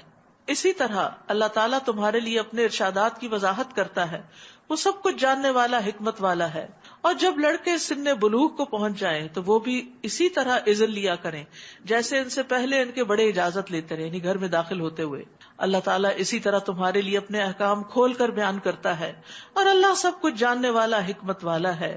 اور جو عورتیں جوانی سے گزری بیٹھی ہوں اور نکاح کی توقع نہ رکھتی ہوں، 2 شرائط ہیں، یعنی بوڑھی ہو چکی ہوں لیکن شادی کی کوئی امید نہ ہو، کیونکہ کچھ خواتین 60+ بھی ہو کر بالکل فٹ اور ینگ ہوتی ہیں. اگر وہ اپنی چادر، یعنی جو باہر جاتے ہوئے بڑی چادر لی جاتی ہے، وہ اتار دیں تو ان پر کچھ گناہ نہیں، بشرطے کہ زیب و زینت کی نمائش کرنے والی نہ ہوں، یعنی اپنے آپ کو ظاہر نہ کرنا چاہتی ہوں. تاہم اگر وہ چادر اتارنے سے پرہیز ہی کریں تو یہی بات ان کے حق میں بہتر ہے، اور اللہ سب کچھ سنتا جانتا ہے. اس بات میں نہ اندھے پر، نہ لنگڑے پر، نہ مریض اور نہ خود تمہارے لیے کوئی حرج ہے کہ تم اپنے گھروں سے کھانا کھاؤ، اپنے باپ دادا کے گھروں سے یا اپنی ماں اور نانی کے گھروں سے، یا اپنے بھائیوں، بہنوں، چچاؤں، پھوپھیوں، ماموں، خالاؤں کے گھروں سے کھانا کھاؤ، یا ان کے گھروں سے جن کے تم سرپرست ہو، یا اپنے دوست کے ہاں سے کھا لو. نہ ہی اس بات میں کوئی گناہ ہے کہ تم سب مل کر کھاؤ یا علیحدہ علیحدہ. البتہ جب تم گھروں میں داخل ہوا کرو تو اپنے لوگوں کو، یعنی گھر والوں کو سلام کہا کرو، یہ اللہ کی طرف سے مبارک اور پاکیزہ تحفہ ہے تمہارے لیے. اسی طرح اللہ تمہارے لیے اپنی آیات کو کھول کے بیان کرتا ہے تاکہ تم سمجھ سے کام لو. یاد رکھیے یہ مومنوں کا آپس کا تعلق بتایا گیا ہے کہ وہ ایک دوسرے کے لیے وسیع دل کے مالک ہوتے ہیں، ایک دوسرے کو کھانے پہ ویلکم بھی کرتے ہیں، اور کھانے والا بھی کسی قسم کی جھجک اور آڑ محسوس نہیں کرتا. اور اس میں خاص طور پہ رشتہ داروں کے علاوہ دوستی کا بھی ذکر کیا گیا، کیونکہ دوستی بھی ایک رشتہ ہوتی ہے، اور بعض اوقات خون کے رشتوں سے بھی زیادہ رشتہ بڑھ جاتا ہے. یہ ابن عباس کہتے ہیں کہ دوست رشتہ داروں سے زیادہ تاکید والا ہے، کیونکہ انسان ان کے ساتھ بعض اوقات زیادہ وقت گزارتا ہے. اور یہاں خاص طور پر اس ملک میں آپ دیکھیں کہ جہاں اپنے کوئی بھی قریبی رشتہ دار نہیں ہوتے تو دوست ہی رشتہ داروں کی جگہ لے لیتے ہیں. مومن تو وہ ہیں جو اللہ اور اس کے رسول پر ایمان لاتے ہیں، اور جب وہ کسی اجتماعی کام میں رسول کے ساتھ ہوتے ہیں تو اس سے اجازت لیے بغیر نہیں جاتے. یہ ایک اصول دے دیا گیا کہ جو ٹیم ورک ہوتا ہے، جو مل کے کام کیا جاتا ہے، اس میں اپنی مرضی نہیں چلائی جاتی، مشورے سے کام ہوتا ہے، اور اس میں اپنی جگہ یا اپنا کام بھی بغیر اجازت کے نہیں چھوڑا جا سکتا. اے رسول، جو لوگ آپ سے اجازت مانگتے ہیں وہی اللہ اور اس کے رسول پر ایمان لانے والے ہیں. تو جب وہ اپنے کسی کام کے لیے آپ سے اجازت مانگیں تو ان میں سے جسے آپ چاہیں اجازت دیں، جسے چاہیں نہ دیں. یعنی یہ بھی امیر کی اتھارٹی میں ہے کہ اگر وہ سمجھتا ہے کہ چھٹی نہیں دینی چاہیے تو وہ نہ دے. یہ نہیں کہ وہ کسی ضد کی وجہ سے کہے، اگر واقعی حقیقی ضرورت ہے تو کسی کو برا نہیں ماننا چاہیے. اور ان کے لیے اللہ سے بخشش کی دعا کیجیے، اللہ یقیناً بخشنے والا اور رحم کرنے والا ہے. مسلمانوں، رسول کے بلانے کو ایسا نہ سمجھ لو جیسے تم آپس میں ایک دوسرے کو بلاتے ہو، یعنی ادب سے پکارو، نام لے کر نہیں. اللہ تعالیٰ ان لوگوں کو جانتا ہے جو تم میں سے چپکے سے کھسک جاتے ہیں، یعنی کام کے بیچ میں یا مجلس سے چپکے سے. منافقین ایسے کرتے تھے کہ ذرا آپ کا دھیان ادھر ادھر ہوا، پہلے آ کے حاضری لگوا لی اور پھر غائب ہو گئے. اگر رسول صلی اللہ علیہ وسلم کو پتہ نہیں چلا تو اللہ کو معلوم ہے. لہٰذا جو لوگ رسول کے حکم کی مخالفت کرتے ہیں انہیں اس بات سے ڈرنا چاہیے کہ وہ کسی مصیبت میں گرفتار نہ ہو جائیں. استغفر اللہ، یہ ہم سب کے لیے ڈرنے کی بات ہے. سنتوں کی مخالفت، حدیث کی مخالفت انسان کو بہت بڑے فتنے میں ڈال دیتی ہے، یا انہیں کوئی دردناک عذاب نہ پہنچ جائے. تو یہاں پر نبی صلی اللہ علیہ وسلم کے احترام کی بات ہے، اور اسی احترام کا حصہ ہے کہ آپ کے دیے ہوئے علم کا بھی احترام کریں اور سنتوں کی پیروی کریں. اور پھر اس کے بعد جو لوگ ان دینی علوم کی تعلیم دے رہے ہوں، علم دے رہے ہوں، ان کا بھی ادب اور لحاظ رکھیں. یاد رکھو جو کچھ آسمانوں اور زمین میں ہے سب اللہ ہی کا ہے. تم جس روش پر بھی ہو اللہ اسے خوب جانتا ہے، اور جس دن لوگ اس کی طرف لوٹائے جائیں گے تو وہ انہیں بتلا دے گا کہ وہ کیا کرتے رہے، اور اللہ ہر چیز کو خوب جانتا ہے. سورۃ الفرقان. بسم اللہ الرحمن الرحیم. تبارک الذی نزل الفرقان علی عبدہ لیکون للعالمین نذیرا. بابرکت ہے وہ ذات جس نے اپنے بندے پر فرقان نازل کیا، یعنی یہ قرآن، تاکہ وہ کل اہل عالم کے لیے برے انجام سے ڈرانے والا بن جائے. یہ قرآن سارے جہان والوں کے لیے ہے تاکہ وہ برے انجام سے بچیں. وہی ذات جو آسمانوں اور زمین کی بادشاہی کا مالک ہے، جس نے نہ کسی کو بیٹا بنایا اور نہ ہی اس کی حکومت میں کوئی شریک ہے. اس نے ہر چیز کو پیدا کیا تو اس کا ٹھیک ٹھیک اندازہ کیا، یعنی اس کی تقدیر مقرر کی. یاد رکھیے تقدیر بہت پہلے لکھی جا چکی ہے. رسول اللہ صلی اللہ علیہ وسلم نے فرمایا اللہ نے آسمان و زمین کی تخلیق سے 50,000 سال پہلے مخلوقات کی تقدیریں لکھ دی، اور فرمایا اللہ کا عرش پانی پر ہے. رسول اللہ صلی اللہ علیہ وسلم نے یہ بھی فرمایا اللہ تعالیٰ ہر بندے کی تخلیق میں 5 چیزیں لکھ چکا ہے، اس کی عمر، اس کا رزق، اس کا عمل، وہ شقی ہوگا یا سعید، اور کوئی چیز تقدیر پہ سبقت نہیں لے جا سکتی، اور اس میں کچھ اضافہ اور کمی نہیں ہوتی. اب سوال یہ پیدا ہوتا ہے کہ پھر انسان کے پاس چوائس ہی کیا رہ گئی؟ تو وہ بھی تقدیر کا ایک حصہ ہے کہ اللہ نے چوائس بھی دی ہے، تقدیر بھی لکھی. اور تقدیر کیا ہے؟ اللہ کا سابق علم، پہلے سے ہی پتا ہے کس بندے کو میں کیا دوں گا اور وہ اس سے کیا کرے گا. تو اس لیے اس میں کوئی کنفیوژن نہیں ہونی چاہیے. اور تقدیر کے معاملے میں بہت بحث کرنے سے بھی بچنا چاہیے، کیونکہ وہ انسان کو مس لیڈ کر سکتی ہے اور گمراہ کر سکتی ہے. تو ہمیں جب بھی تقدیر کے مسئلے میں کوئی شک پیدا ہونے لگے یا کوئی پریشانی آنے لگے تو رب اعوذ بک من ھمزات الشیاطین واعوذ بک رب ان یحضرون پڑھ لینا چاہیے. واتخذوا من دونہ آلہہ، اور انہوں نے اللہ کے سوا کچھ اور الہ بنا لیے. لا یخلقون شیئا، وہ کوئی چیز پیدا نہیں کرتے. وہم یخلقون، اور وہ پیدا کیے جاتے ہیں. انہیں خود اپنے نفع نقصان کا کچھ بھی اختیار نہیں، اور نہ ہی انہیں کسی کو مارنے، زندہ کرنے اور مردہ کو اٹھا سکنے کا کچھ اختیار ہے. کافر لوگ تو یہ کہتے ہیں کہ یہ قرآن محض جھوٹ ہے، افطرا، گھڑی ہوئی چیز ہے، نعوذ باللہ، جسے اس نے خود بنا ڈالا کہ محمد صلی اللہ علیہ وسلم نے لکھ لیا، اور کچھ دوسرے لوگوں نے اس کام میں اس کی مدد کی ہے. کتنا بڑا جھوٹ اور ظلم ہے جس پر یہ لوگ اتر آئے ہیں. وقالوا اساطیر الاولین اکتتبها فہی تملی علیہ بکرۃ واصیلا. نیز وہ کہتے ہیں کہ یہ تو پہلے لوگوں کی داستانیں ہیں جنہیں اس نے نقل کرا لیا ہے، سو وہی داستانیں صبح و شام اس کے پاس پڑھ کر سنائی جاتی ہیں. آپ ان سے کہیے قرآن کو اس ذات نے نازل کیا ہے جو آسمانوں اور زمین کے بھید جانتا ہے، تبھی تو یہ کتاب رہنمائی والی ہے. انسانوں کے پاس وہ علم نہیں کہ جس کی بنا پر وہ سارے انسانوں کی رہنمائی کا کام کر سکے، اور وہ یقیناً بہت بخشنے والا، رحم والا ہے۔ نیز وہ کہتے ہیں یہ کیسا رسول ہے جو کھانا کھاتا ہے اور بازاروں میں چلتا پھرتا ہے، اس پر کوئی فرشتہ کیوں نہ اتارا گیا جو اس کے ساتھ رہتا اور لوگوں کو ڈرایا کرتا۔ تو یاد رکھیے پیغمبر بہت عاجزی والے انسان ہو، اور عاجزی اختیار کرنا پیغمبری کے خلاف نہیں ہے، یعنی کھانا پینا، خرید و فروخت کرنا، شادی بیاہ کرنا، یہ چیزیں کسی کی شان اور مرتبے میں کمی نہیں کرتی۔ اور پھر عام لوگوں کی طرح کھانا پینا، ان کا کیا تھا، جیسے ہم کھاتے ہیں وہی یہ کھاتا ہے، اس سے آگے زیادہ بہترین کیوں نہیں کھاتا، اس کا لباس زیادہ بہترین کیوں نہیں، اس کے ساتھ فرشتے کیوں نہیں جو باڈی گارڈز ہوتے اس کے ساتھ۔ تو یہ نبی صلی اللہ علیہ وسلم کی عاجزی تھی کہ وہ عام لوگوں کی طرح رہتے تھے، اپنے آپ کو بشر کہتے تھے، فرشتہ نہیں بتاتے تھے، اس پر کوئی خزانہ ہی اتار دیا جاتا تو کوئی باغ ہی ہوتا جس سے اطمینان کی روزی کھا سکتا۔ یہ ساری چیزیں جو اسٹیٹس سمبل ہیں یہ کیوں نہیں اس کے پاس؟ اور ظالم کہتے ہیں کہ تم تو ایک جادو شدہ آدمی کے پیچھے لگ گئے ہو۔ اے نبی غور کیجئے، یہ لوگ آپ کے لیے کس طرح کی مثالیں بیان کرتے ہیں، یہ ایسے گمراہ ہوئے ہیں کہ راہ راست پر آ ہی نہیں سکتے۔ بہت بابرکت ہے وہ ذات، وہ چاہے تو آپ کو ان چیزوں سے بھی بہتر چیزیں دے سکتا ہے، ایک نہیں کئی باغ جن میں نہریں جاری ہوں اور کئی محلات دے سکتا ہے، اللہ کے لیے کچھ مشکل نہیں۔ لیکن بات یہ نہیں، بلکہ یہ لوگ دراصل قیامت کو جھٹلا رہے ہیں، اور جو قیامت کو جھٹلائے ہم نے اس کے لیے جہنم تیار کر رکھی ہے۔ جب وہ دور سے انہیں یعنی اپنے شکار کو دیکھے گی تو یہ اس کے جوش و خروش کی آوازیں خود ہی سن لیں گے۔ استغفر اللہ۔ جب اس میں دست و پا بستہ ایک تنگ جگہ سے پھینکے جائیں گے تو اس وقت موت پکاریں گے۔ اس وقت انہیں کہا جائے گا آج ایک نہیں بہت سی موتوں کو پکارو۔ آپ ان سے پوچھئے کیا یہ انجام اچھا ہے یا ہمیشہ کی جنت جس کا پرہیزگاروں سے وعدہ کیا گیا ہے، جو ان کے اعمال کا بدلہ ہے۔ کانت لہم جزا، جزا کہتے ہیں عمل کا بدلہ، اور ان کی آخری منزل ہوگی، وہاں انہیں جو کچھ وہ چاہیں گے ملے گا، وہ اس میں ہمیشہ رہیں گے۔ یہ تمہارے رب کے ذمہ ایسا وعدہ ہے کہ جو پورا کیا جائے گا۔ اور جس دن اللہ انہیں اور جن کو وہ اللہ کے سوا پوچھتے اکٹھا کرے گا تو ان معبودوں سے سوال کرے گا کہ کیا تم نے میرے ان بندوں کو گمراہ کیا تھا یا یہ خود ہی راہ سے بھٹک گئے تھے؟ وہ کہیں گے تیری ذات پاک ہے، ہماری مجال نہ تھی کہ تیرے سوا کسی کو کارساز بناتے، مگر تو نے انہیں اور ان کے آباء و اجداد کو خوب سامان زیست دیا، یہاں تک کہ وہ تیری یاد کو بھول گئے، اور یہ لوگ تھے ہی ہلاک ہونے کے قابل۔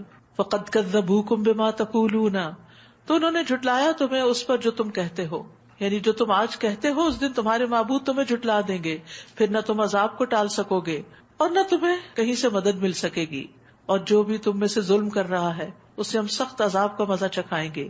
اور اے نبی، ہم نے آپ سے پہلے جتنے بھی رسول بھیجے وہ سب کھانا کھاتے اور بازاروں میں چلتے پھرتے تھے، اور ہم نے تم لوگوں کو ایک دوسرے کے لیے آزمائش کا ذریعہ بنا دیا ہے۔ وَجَعَلْنَا بَعْضَكُمْ لِبَعْضٍ فِتْنَةً أَتَصْبِرُونَ وَكَانَ رَبُّكَ بَصِيرًا، تو کیا تم صبر کرو گے، یعنی ان کی تان و تشنیع پر، ان کے ستانے پر، اور آپ کا رب سب کچھ دیکھ رہا ہے۔ تو یاد رکھیے بعض لوگوں کے لیے آزمائش ہوتے ہیں، تو انسان کو پھر ان کی تکلیف دہ باتیں سننا پڑتی ہیں۔ سن کے کیا کرنا چاہیے؟ صبر سے کام لینا چاہیے، اور صبر میں بڑا اجر ہے۔ وآخر دعوانا ان الحمد للہ رب العالمین، سبحانک اللہم وبحمدک، اشہد ان لا الہ الا انت، استغفرک واتوب الیک۔ السلام علیکم ورحمۃ اللہ وبرکاتہ۔